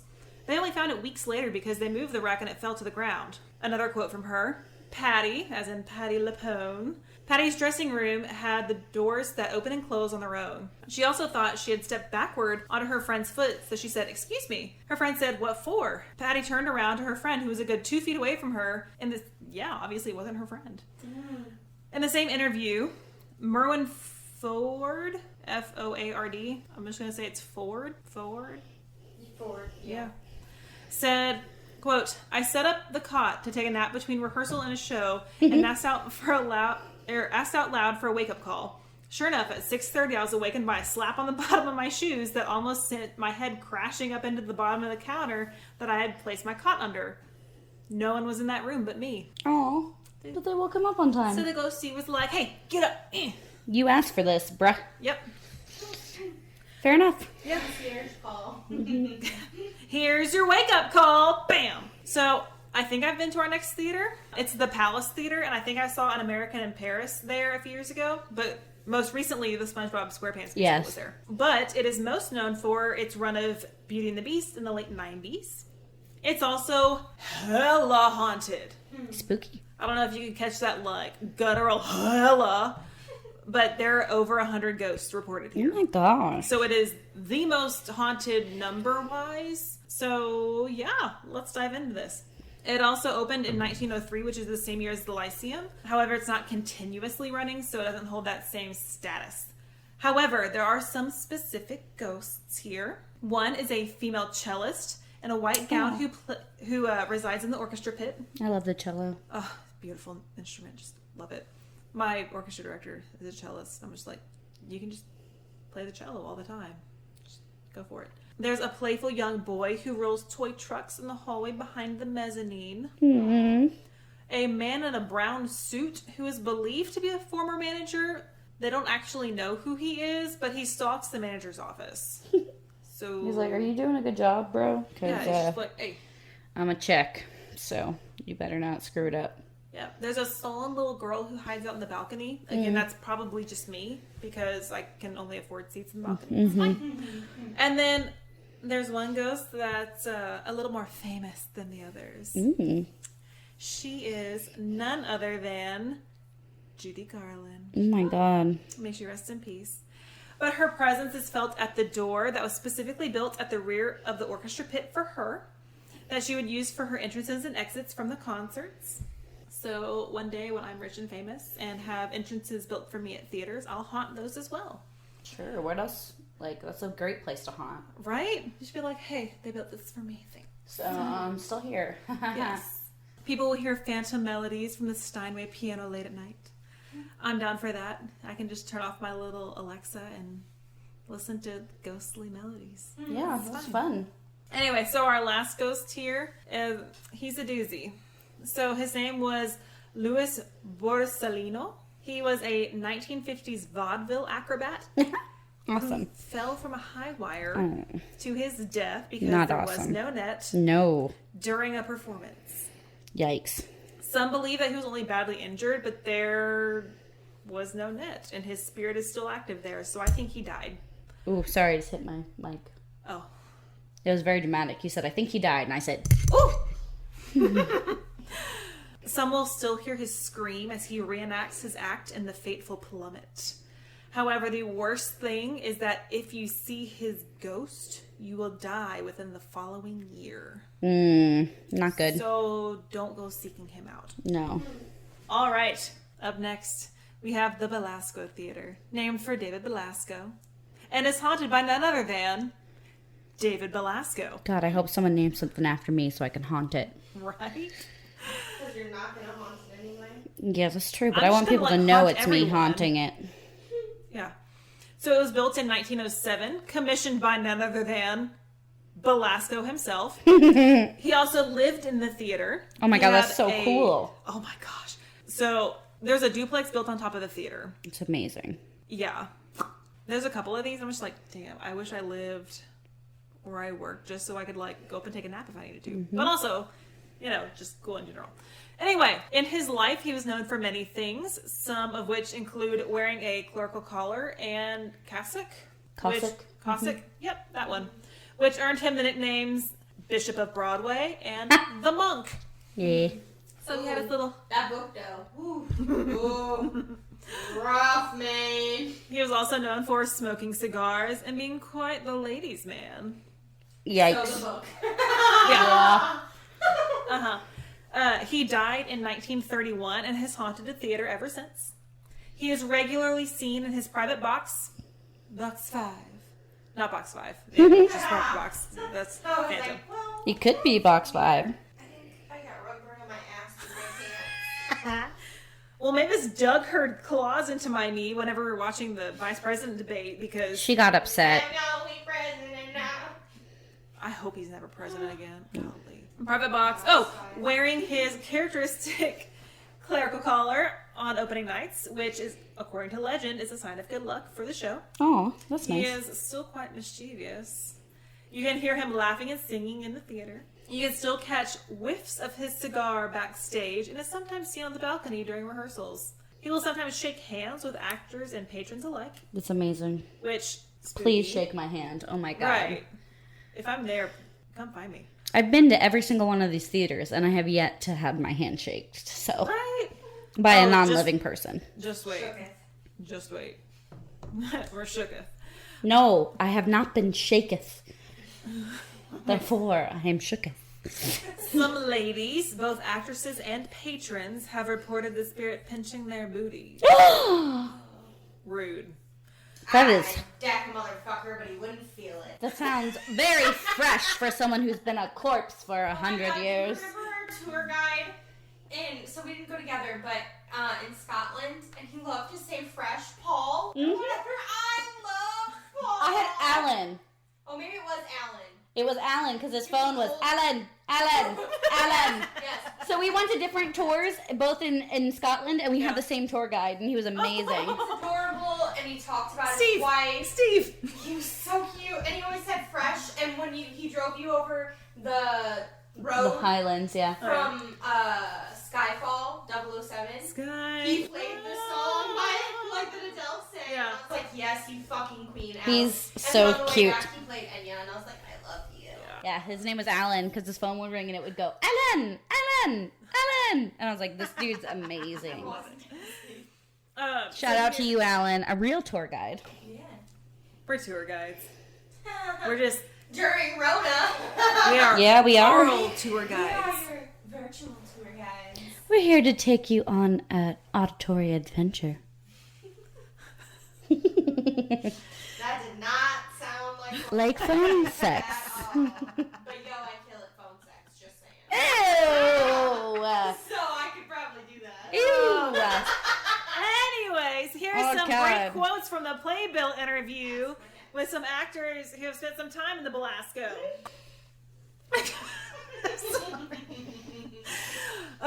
Melissa Errico, who played Mina in Dracula the musical. Oh, it's a terrible show. Yep. It's so bad. But her quote was great. I love it. Quote, my dresser, Kathy, saw him walk into a mirror the other day. She thinks he lives in the mirror in the wall outside my dressing room. One night I forgot my coat and I had turned out the lights in my room. I turned back to grab my coat in the dark and someone, David, turned the small pretty table light on for me to see my way. It was spooky. As I opened the door to leave, as I was walking out, so she opened the door to leave, walking out, someone closed the door behind me. I didn't touch it, but I watched it move. That was really weird syntax there. Dominic Brewer, who appeared in Twelfth Night and Richard III, quote, we've not spotted Mr. Belasco or any of the other theaters reported spooks to date, but with the white makeup several of the cast wear for Twelfth Night, along with the eerie lighting of the female characters, you'd be forgiven for thinking you'd spotted a ghost backstage. However, we have had strange happenings on stage. One evening, the candles on one of our 6 hanging candelabras completely burned down, probably twice as quickly as all the others, without any perceptible draft or obvious external influence. An unsolved mystery. Amazing television show. Mm-hmm.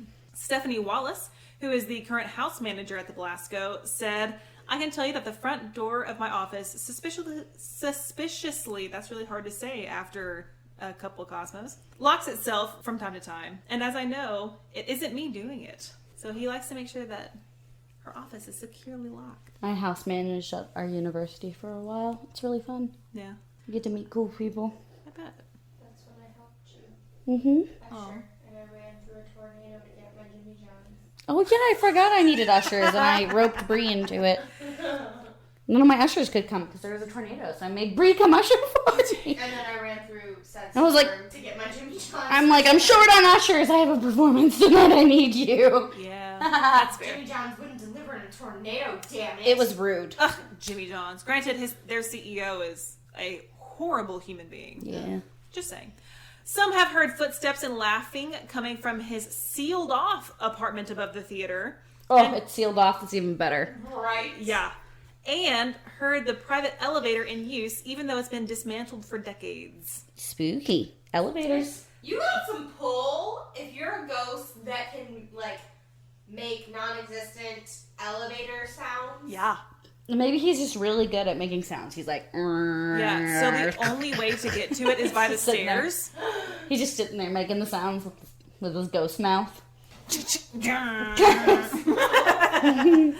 But yeah, so the only way to get to it is by the stairs, and there are some video tours of it. Y'all, you need to go check them out. They're going to be in the links. Amazing. The fireplace is beautiful. I love a good fireplace. Me too. It's like the vintage fireplaces that we strive for now, Yeah. but it's, actually vintage. One of the reasons we bought this house was for the fireplace. Oh, yeah. Same. Granted, mine was redone and modern, but still, we just wanted like a nice fireplace. Ours right now is kind of meh, but yeah, love a good fireplace. Sometimes he is seen with, quote, the blue lady, Cool. who is dressed in, you guessed it, blue. Granted, she's also seen sometimes as a blue mist. Oh, me too. If I was green, I would die. It is not dabba-dee dabba-die. Dabba-dee dabba-die. I know, but they changed. They did not change it. Not officially, I'm saying people changed it to if I was green, I would die. People are dumb. I got into arguments with people when I was in elementary school that it was dabba-dee-dabba-die, and I'm still salty about The it. song is still stupid. Let's move forward. Preach. The Blue Lady is sometimes seen as a blue mist as well. She isn't seen frequently, but if she is seen with Mr. Belasco. To keep the spirit happy, some crew members will bid Mr. Belasco goodnight on their way out. It's a very theater person thing to do. Oh, absolutely. Me too. So this last one had some very juicy details. I also probably could have made it my entire story, but there were so many theater ghosts that I didn't want to just talk about one. But I know for certain I have been to this one. I saw Aladdin here a few years ago. So let me take you back to 1997. Yuck. The New Amsterdam Theater. Oh, it's a nice theater. It is a nice theater. It's kind of far away from the other theaters, though, but Yeah. it's fine. That's why it's last. That, and I have a shit ton of information on it, so. The night shift guard was patrolling, and while he was on stage, saw a woman in a green dress wearing a necklace with blue and pink stones, with a bottle in her hand. Me too. Yep. Naturally. Being a bit flirty, she blew him a kiss and disappeared, literally through a wall. Incredible. Literally me on every dating app. Boom, a kiss and then boom. Bye, bitches.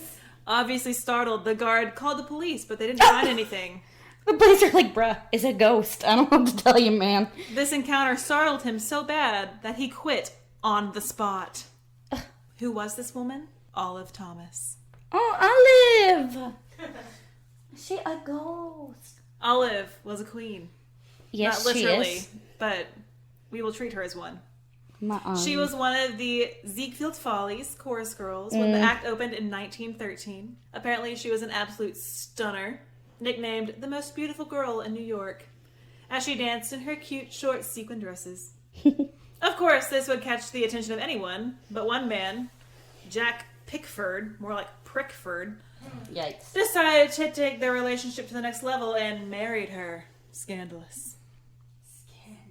Unfortunately, they did not have a good relationship, but to try to fix their relationship, they went on a honeymoon to Paris in 1920. This A is honeymoon in Paris? It's another Broadway show. Yep. You're welcome. Thank you for catching that. I tried to combine both of those sentiments in one phrase. I got it. And my brain's not functioning right. Honeymoon fine. in Paris. My mom invited me to join something on Facebook. That's nice. Anyway, this is where the real scandal happened. It's uncertain what actually happened there. In any case, Olive overdosed on mercury bichloride, Oh, you don't overdose on that without someone giving it to you. which is extremely poisonous, but they did find some medicinal uses for it. We'll get to what that was here in a second. So, it could have been an accident, suicide, or her husband did it. The husband always did it. You're welcome. I made sure to ellipses that, so that way I'll knew. Yeah. Some say the husband would take mercury bichloride as a topical ointment. I don't know what for. Some said it was a pilled syphilis medication that I was gonna say it's for his dick. they both had to take because he gave her syphilis. Yeah. Asshole. Yeah. And we've talked about before on this podcast how fucking terrible syphilis. Syphilis is a horrible illness. Cole got it and lost his goddamn mind, y'all. Oh yeah. Well, and others say that her husband was just a drug addict and would take mercury bichloride, which, why the fuck? After her death, well, okay, before I say that, if it was in pilled form, 3 pills is enough to kill someone. No. Because I did some research on it just That's because too high I of a didn't dose, know about mercury bichloride. And so I did some research on it just of what is this? Because as someone who has been in the medical field, granted it was animal medicine, but, I'm generally knowledgeable about most things, medicine-wise, just through research. Not familiar with this one, just because it is outdated. But yeah, fucking mercury. 3 pills will kill you. Yeah, that's a dangerous dosage. One resource said that it was in a liquid form and she drank it thinking that it was her sleeping medicine. Mm-hmm. And I was like, no, that could not possibly be right because it's too dense. You smell it and it's wrong. You pick up the bottle and it's just wrong. You would know that sort of deal. Mm-hmm. It's like the movie Knives Out. Yeah, I was thinking about that. And how she knows how those bottles feel. Mm-hmm. It's the same thing with that. If you're taking a sleeping medication, you know how that feels. Anyway, after her death, her spirit quickly found her way back to her beloved theater. The stagehands began seeing her in her signature green beaded Follies dress, beaded headpiece and sash, with something in her hands. Some think it's an alcohol bottle, but others, myself included, think that it is the big blue pill bottle of mercury bichloride. Oh. That she was most likely holding when she died. Even in death, Olive's flirty personality shines through. She apparently only likes to show up for men. She's known for flirting with the stagehands and blowing kisses to other males in the theater.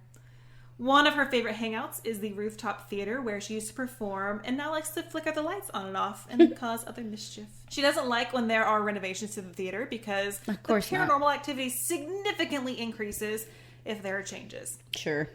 Olive gets excited when the Ziegfeld girls return to perform. Aww. And again, the activity increases. I'm assuming that negatively increases with renovation and positively increases with the return of her girls. There have been several isolated incidents where people have seen her or have been victim of her messing with props and such. Olive has blown out all the lights in the theater offices. So, don't piss her off if you're in the office. Somebody pissed her off. Yeah.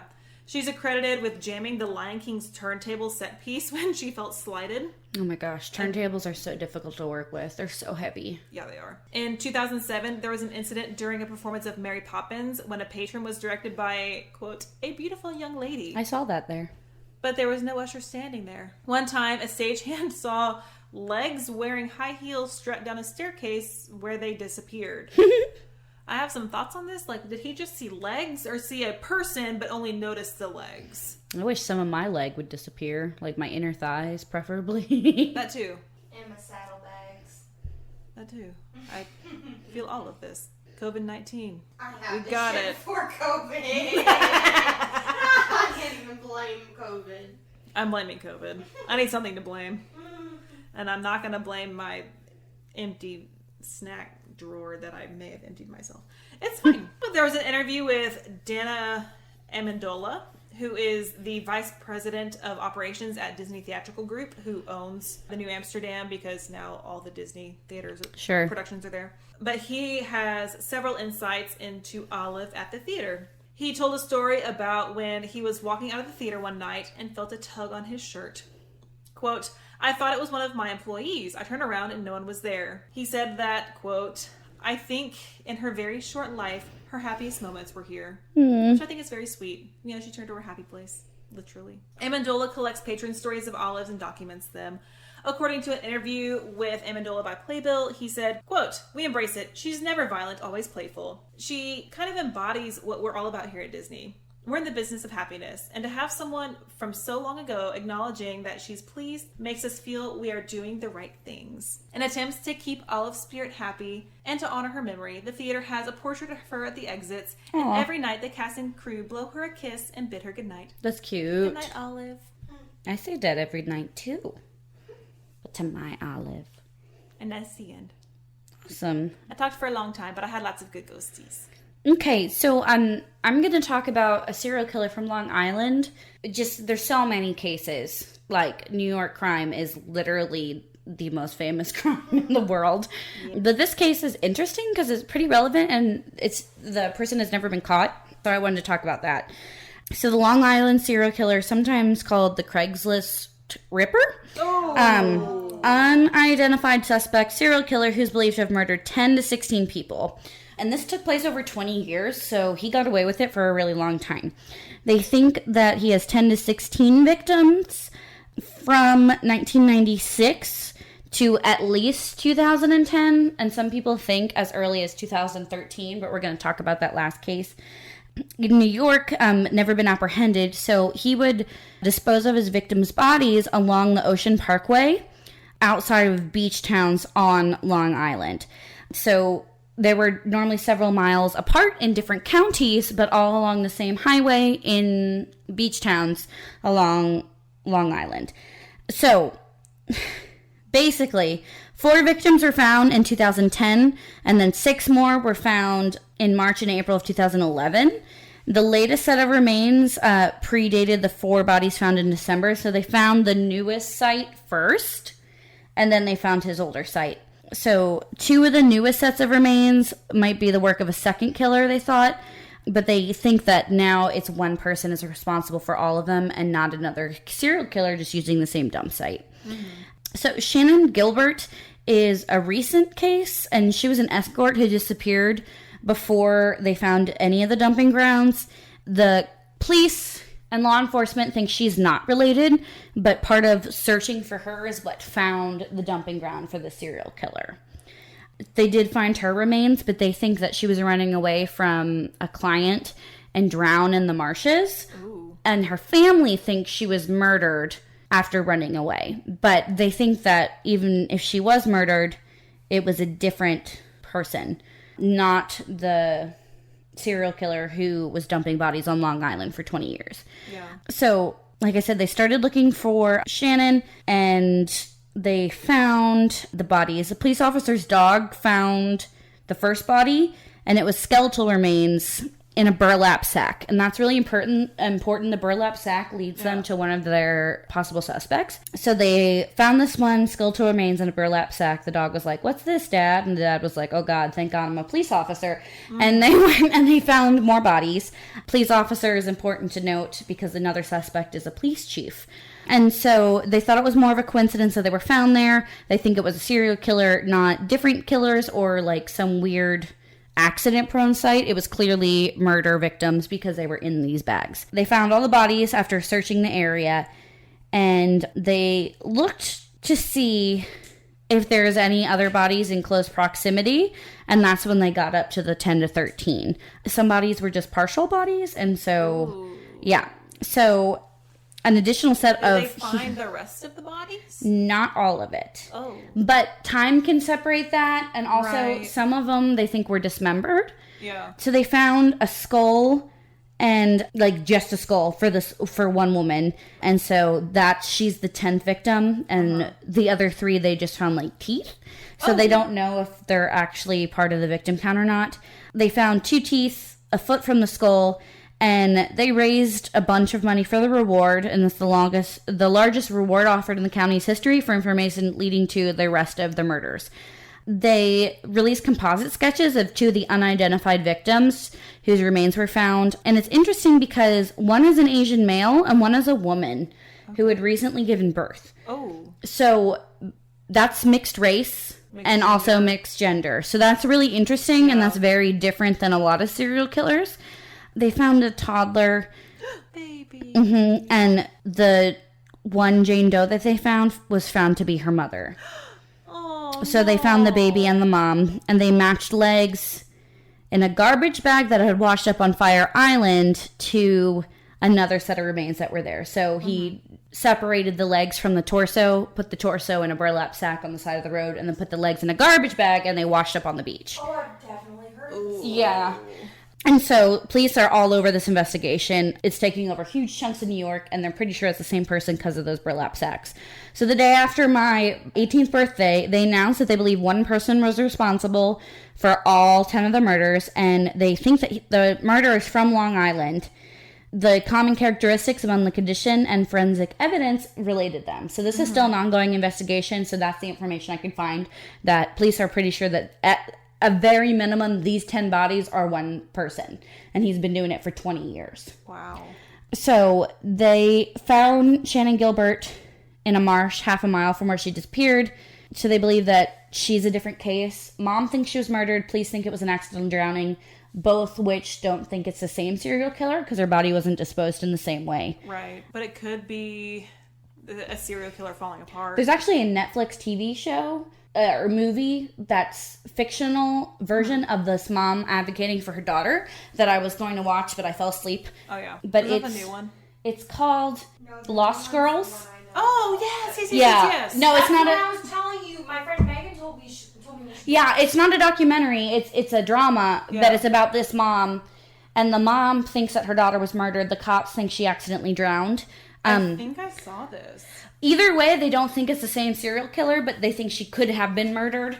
Yeah. She called 911 herself, saying that she was afraid and that they were after her. Yeah. So it sounds like she could have been under some sort of psychotic break, possibly. Yeah. When people vaguely say they are after me, that tends to be an internal thing versus an external thing. Right. If someone's actually after you, you say, this person is after me. Unless it's a group. Yeah, I don't know, but so... But also group killings tend to be rarer. Yeah, she was very young and it's very sad, and her mom is still advocating for her daughter, which is awesome. Go mom.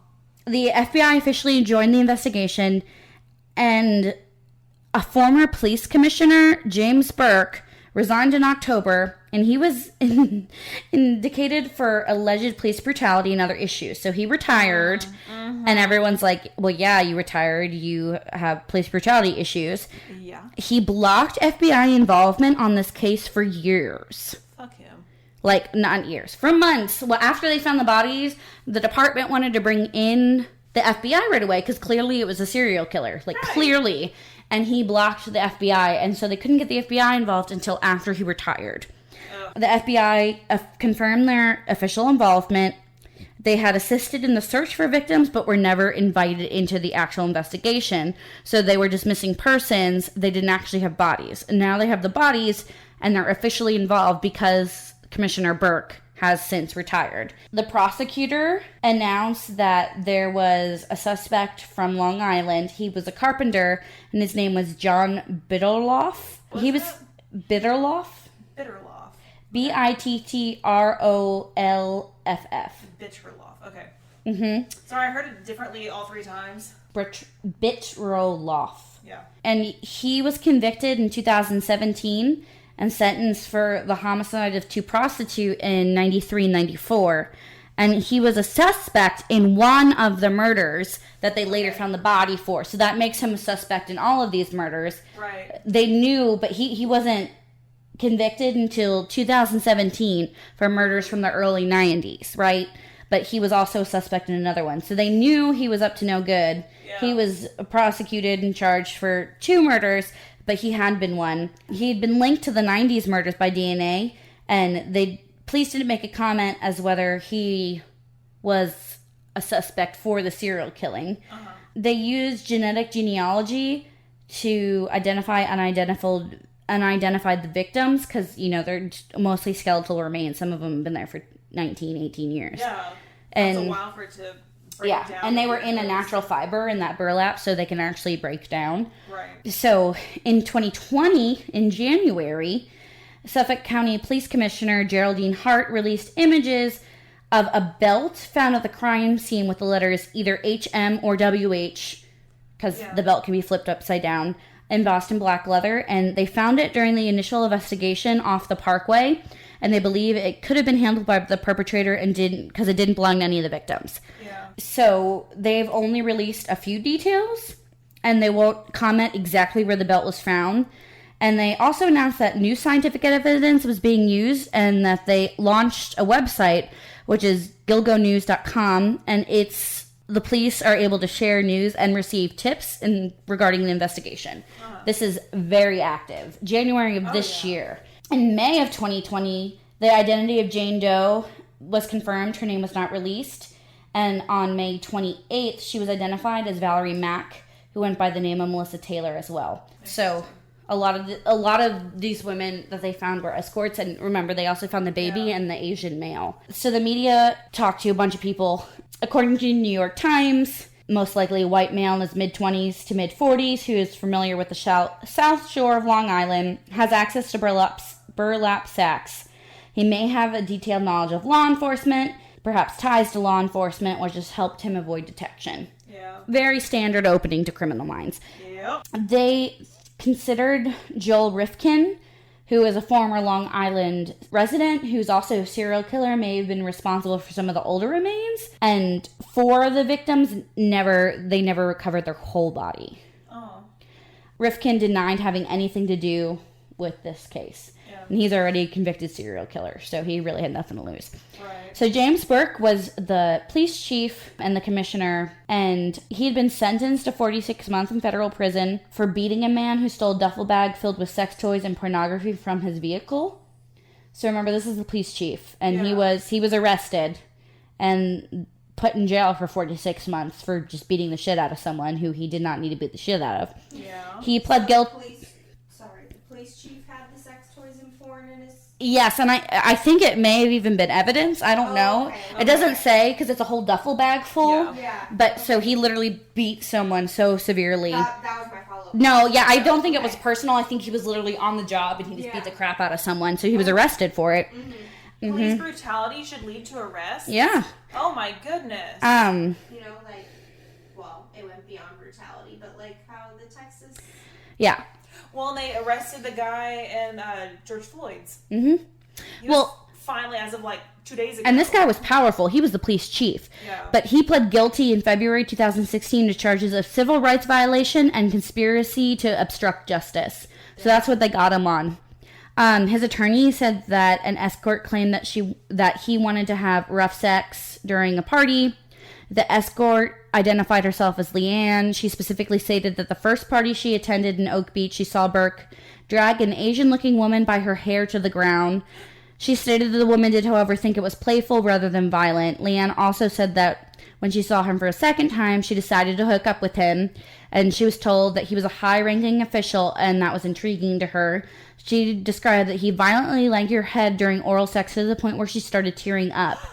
Burke was unable to reach orgasm, proceeded to throw $300 to $400 to her, and at this time she was not a professional prostitute. She was just a patron at this party, and he literally, like, aggressively assaulted her and then threw money at her. That's messed up. And he was the one who reportedly blocked FBI probe during his time as police chief to find the serial killer. So Bitroloff, he was convicted of murdering a 2 prostitute and suspected in a 3rd murder as one of the suspects. He was tied DNA to 2 of the victims that he was convicted for, but not any of these 10. Joseph Brewer was an Oak Beach resident and was one of the last known people to see Shannon Gilbert. He hired her as an escort from Craigslist on the night of her disappearance. He said she was there, and then she freaked out and ran away, and that's when she died. She literally called 911 saying that they were trying to kill her. Police didn't find any evidence of wrongdoing, and he was cleared. He's like, she went crazy when she was here. He's like, I hired her, here's the information, but she ran out of the house. I definitely remember hearing that. Yeah, so they cleared him. It looks like he didn't have anything to do with this. Dr. Peter Hackett is a resident who called Mari Gilbert, who is Shannon's mother, the escort who ran away.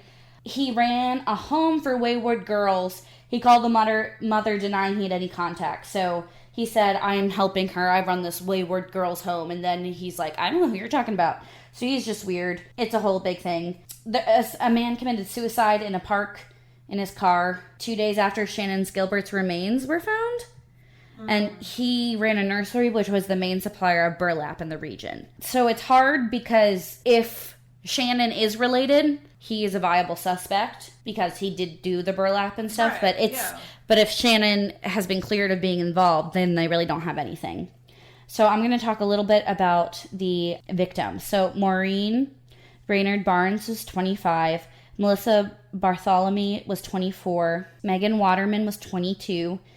Amber Lynn Costello was 27. Jessica Taylor was 20. Valerie Mack was 24. And she's from Philadelphia. And her head, right foot, and hands were found. And then the rest of her body was found a year earlier as in the same grave as someone else. There's an unidentified Jane Doe. Then there's Baby Doe. Baby Doe. That's an opera. And she was a female toddler between 16 and 24 months of age. The body was wrapped in a blanket and showed no visible signs of trauma. And DNA test proves that Jane Doe number 3, whose body was found 10 miles east, was her mother. And the only information they have is they were people of color, and she was wearing gold earrings and a gold necklace, and her mom also had a necklace that was very similar. And they did identify the mom. And so they called her Peaches for a while because she had a peach tattoo on her breast. And so they called her Peaches affectionately because they didn't just want to call her Jane Doe number 3. Yeah. And she was just a dismembered torso. She was an African-American female, and they found her in a green Rubbermaid plastic container along the side of a road. And then they later found the rest of her human remains off the highway and found out that she was a mother and she had the same necklace. And they had to identify Jane Doe number 3, and Peaches to identify them as the same person, but they did. And then there's Jane Doe number 7, the Fire Island Jane Doe, who part of her body washed up. Her skull was found with the rest of the bodies, and her legs were found washed up on the beach. Ooh, how decomposed were the legs? They were in plastic. It doesn't say, but most of these remains were skeletal. Okay. And I think that's intentional. Only 2 of them were found in plastic. The rest were found in burlap, which is a natural fiber. And can decompose. That's what I was asking. Yeah. So 19-year-old Tina Foglia was last seen. She was a known hitchhiker, and her dismembered body was discovered along another shoulder of a state highway. And her remains were placed in 3 separate plastic garbage bags and were found a few miles away. A suitcase containing the dismembered torso of an unidentified Hispanic or light-skinned African-American female washed up on Harbor Island Park, and she had 2 cherries on her breast. And so they call her Cherries, but they don't know who she is. They were revisiting similar murders. One was a sex worker named Tanya Rush, and she was 39, mother of 3, whose dismembered body was found in a suitcase in 2008 off the highway. And then Shannon Gilbert, who is the escort who may have been a victim, and she's the one who kind of started them finding all these other women. Do we know what happened to those kids? Or are they just put into the system? I have no idea. And there could have been a father, I don't know. Yeah. Or a grandparent or something. There was another body found. A woman walking her dog found it, intentionally buried in a piece of brush along the road near Oyster Bay. They believe these remains are a woman between the ages of 20 and 30, possibly Asian. She had a 22-karat gold pig pendant, which may be a reference to some Asian cultures to Year the Pig, which leads some people to believe that she died at the age of 29. She was buried before Hurricane Sandy, and that she may be connected to the 10 bodies found 32 miles away. But she was buried there because of the hurricane coming. And they also found a 31-year-old woman named Natasha Hugo, last seen leaving her home. Her car was found along the same road where all these bodies were, and they found some of her clothes and belongings, but they think she may have committed suicide because she thought people were following her as well, and her body washed up on the shore, but her clothes were on the sand. Like, she took off her clothes and walked into the ocean. That's interesting. Very sad. So they don't think. So there's lots of different things. Crime Junkie actually has an episode that I didn't get to listen to, but Lost Girls is a movie that was made this year because that's where I heard it. Crime Junkie. Yeah, because this is like a new developments are happening right now, even though it's been happening for 20 years. But this is a case that we could, in theory, have a conclusion to relatively soon, because I hope we have a conclusion to it soon. Yeah, so I'm hoping that all these women get some justice, and I guess that one man. And so that's interesting. They think that he may have been dressed as a female at the time, or he may have been a she, and we just don't know anything about their life because they were murdered before we could find out any information. But they think that she was either living as a woman or he was dressed as a woman at the time when they were murdered. Yeah. That's what they think happened to that person. Yeah. But it is really interesting. There are Asian, Hispanic, Black, and white victims, which is super rare, which means he's probably just kind of opportunity picking up people that he can get access to. And since the baby had no signs of trauma, my guess is he wasn't planning on killing the baby. The baby was there, and he kind of just let the baby go to sleep. Yeah. Like, smothered the baby or just left the baby out to the elements, because he didn't harm the baby. He has no problem dismembering these adults, but he didn't do anything to the baby, which means he has a specific task in mind. Because all the remains are skeletal almost, it's really hard to find any identification of like sex crimes, but I'm pretty sure that's what's happening. And I hope that they can catch him, and I hope if that person is still alive and at large, we can get them. Because 2013, that is the last known case. That is not long ago. No, it's not. Yeah. So, like, I'm hoping that even if that person is dead or is already in jail, that we can get some justice for the family, or at least some closure. Yeah. Because I mean, closure at least, even if they are dead or in jail. And all these Jane Does, there's someone out there who misses them. Right. Which is horribly sad. There is no victimless crime. I think it is cute that they nickname them after their tattoos, though. As someone with tattoos, I think that's nice. But I also think it's interesting that they both had tattoos on their breast of fruits. Yeah. So I wonder if that could be some sort of like trigger for him. No, I'm wondering if maybe there is a certain pimp who tattoos fruits onto his workers, and this guy frequented the same area to pick up his victims. Because I don't know. That makes sense to me. Or I guess the 90s, that was like a trend. Yeah. But I don't know. So it's really interesting, and I wanted to cover it because there is a good chance that we can find some information. Craigslist thing is interesting because only one victim was found using Craigslist, and she was found using Craigslist by someone who has been cleared by the police as not an actual suspect. Right. So I meant those murders 20 years ago were not being used by Craigslist. So I think that was something that the media kind of latched onto. And this guy's like, I just hired an escort, but I did not hurt her. Yeah. She never said anything about him either. She said, they're after me. Like, she was at his house, and all of a sudden she freaked out and ran away. Like, literally ran from his house. And he was like, oh, okay. And he cooperated with the police fully. Yeah. He's like, she really got freaked out. Like, this is this. So I think he's probably clear. I don't think he could be criminally masterminding this for 20 years. Well, that could have been drugs. That could have been any sort of things. Mental break, stress. Someone could have been after her. Yeah, we don't know. Very easily could have been after her. And she could have been murdered, or she could have drowned in the marsh. I don't know. It's very... There's a lot of unknowns. It's sad, but her mom is advocating for her. Her mom is doing what she can. So, yeah, I'm hoping that this is some... Development in this. Well, I'm hoping that we'll get it, because it is active. Yeah. And they know stuff, and they're talking about it. And so the nice thing about Crime Junkie is because she loves to, report on crime and advocate for the victims and whatnot, but also because she loves to give updates and stay current. So, she's done an episode on this case prior to this. If there are updates, she will do update episodes. And I don't think it's just for, paying customers either. So...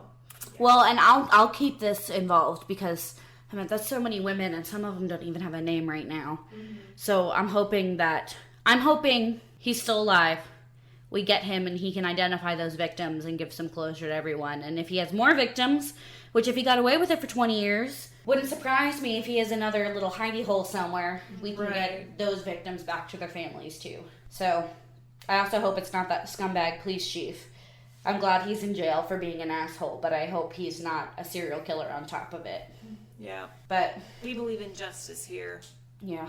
So, thank you everyone who's working hard in that investigation. And if you are that motherfucker who's still out there, we hate you, and we cannot wait for you to get caught. Yep. So, on that lovely light note, we hope you enjoyed your tour of New York. Good night, Olive. Aw, Ollie.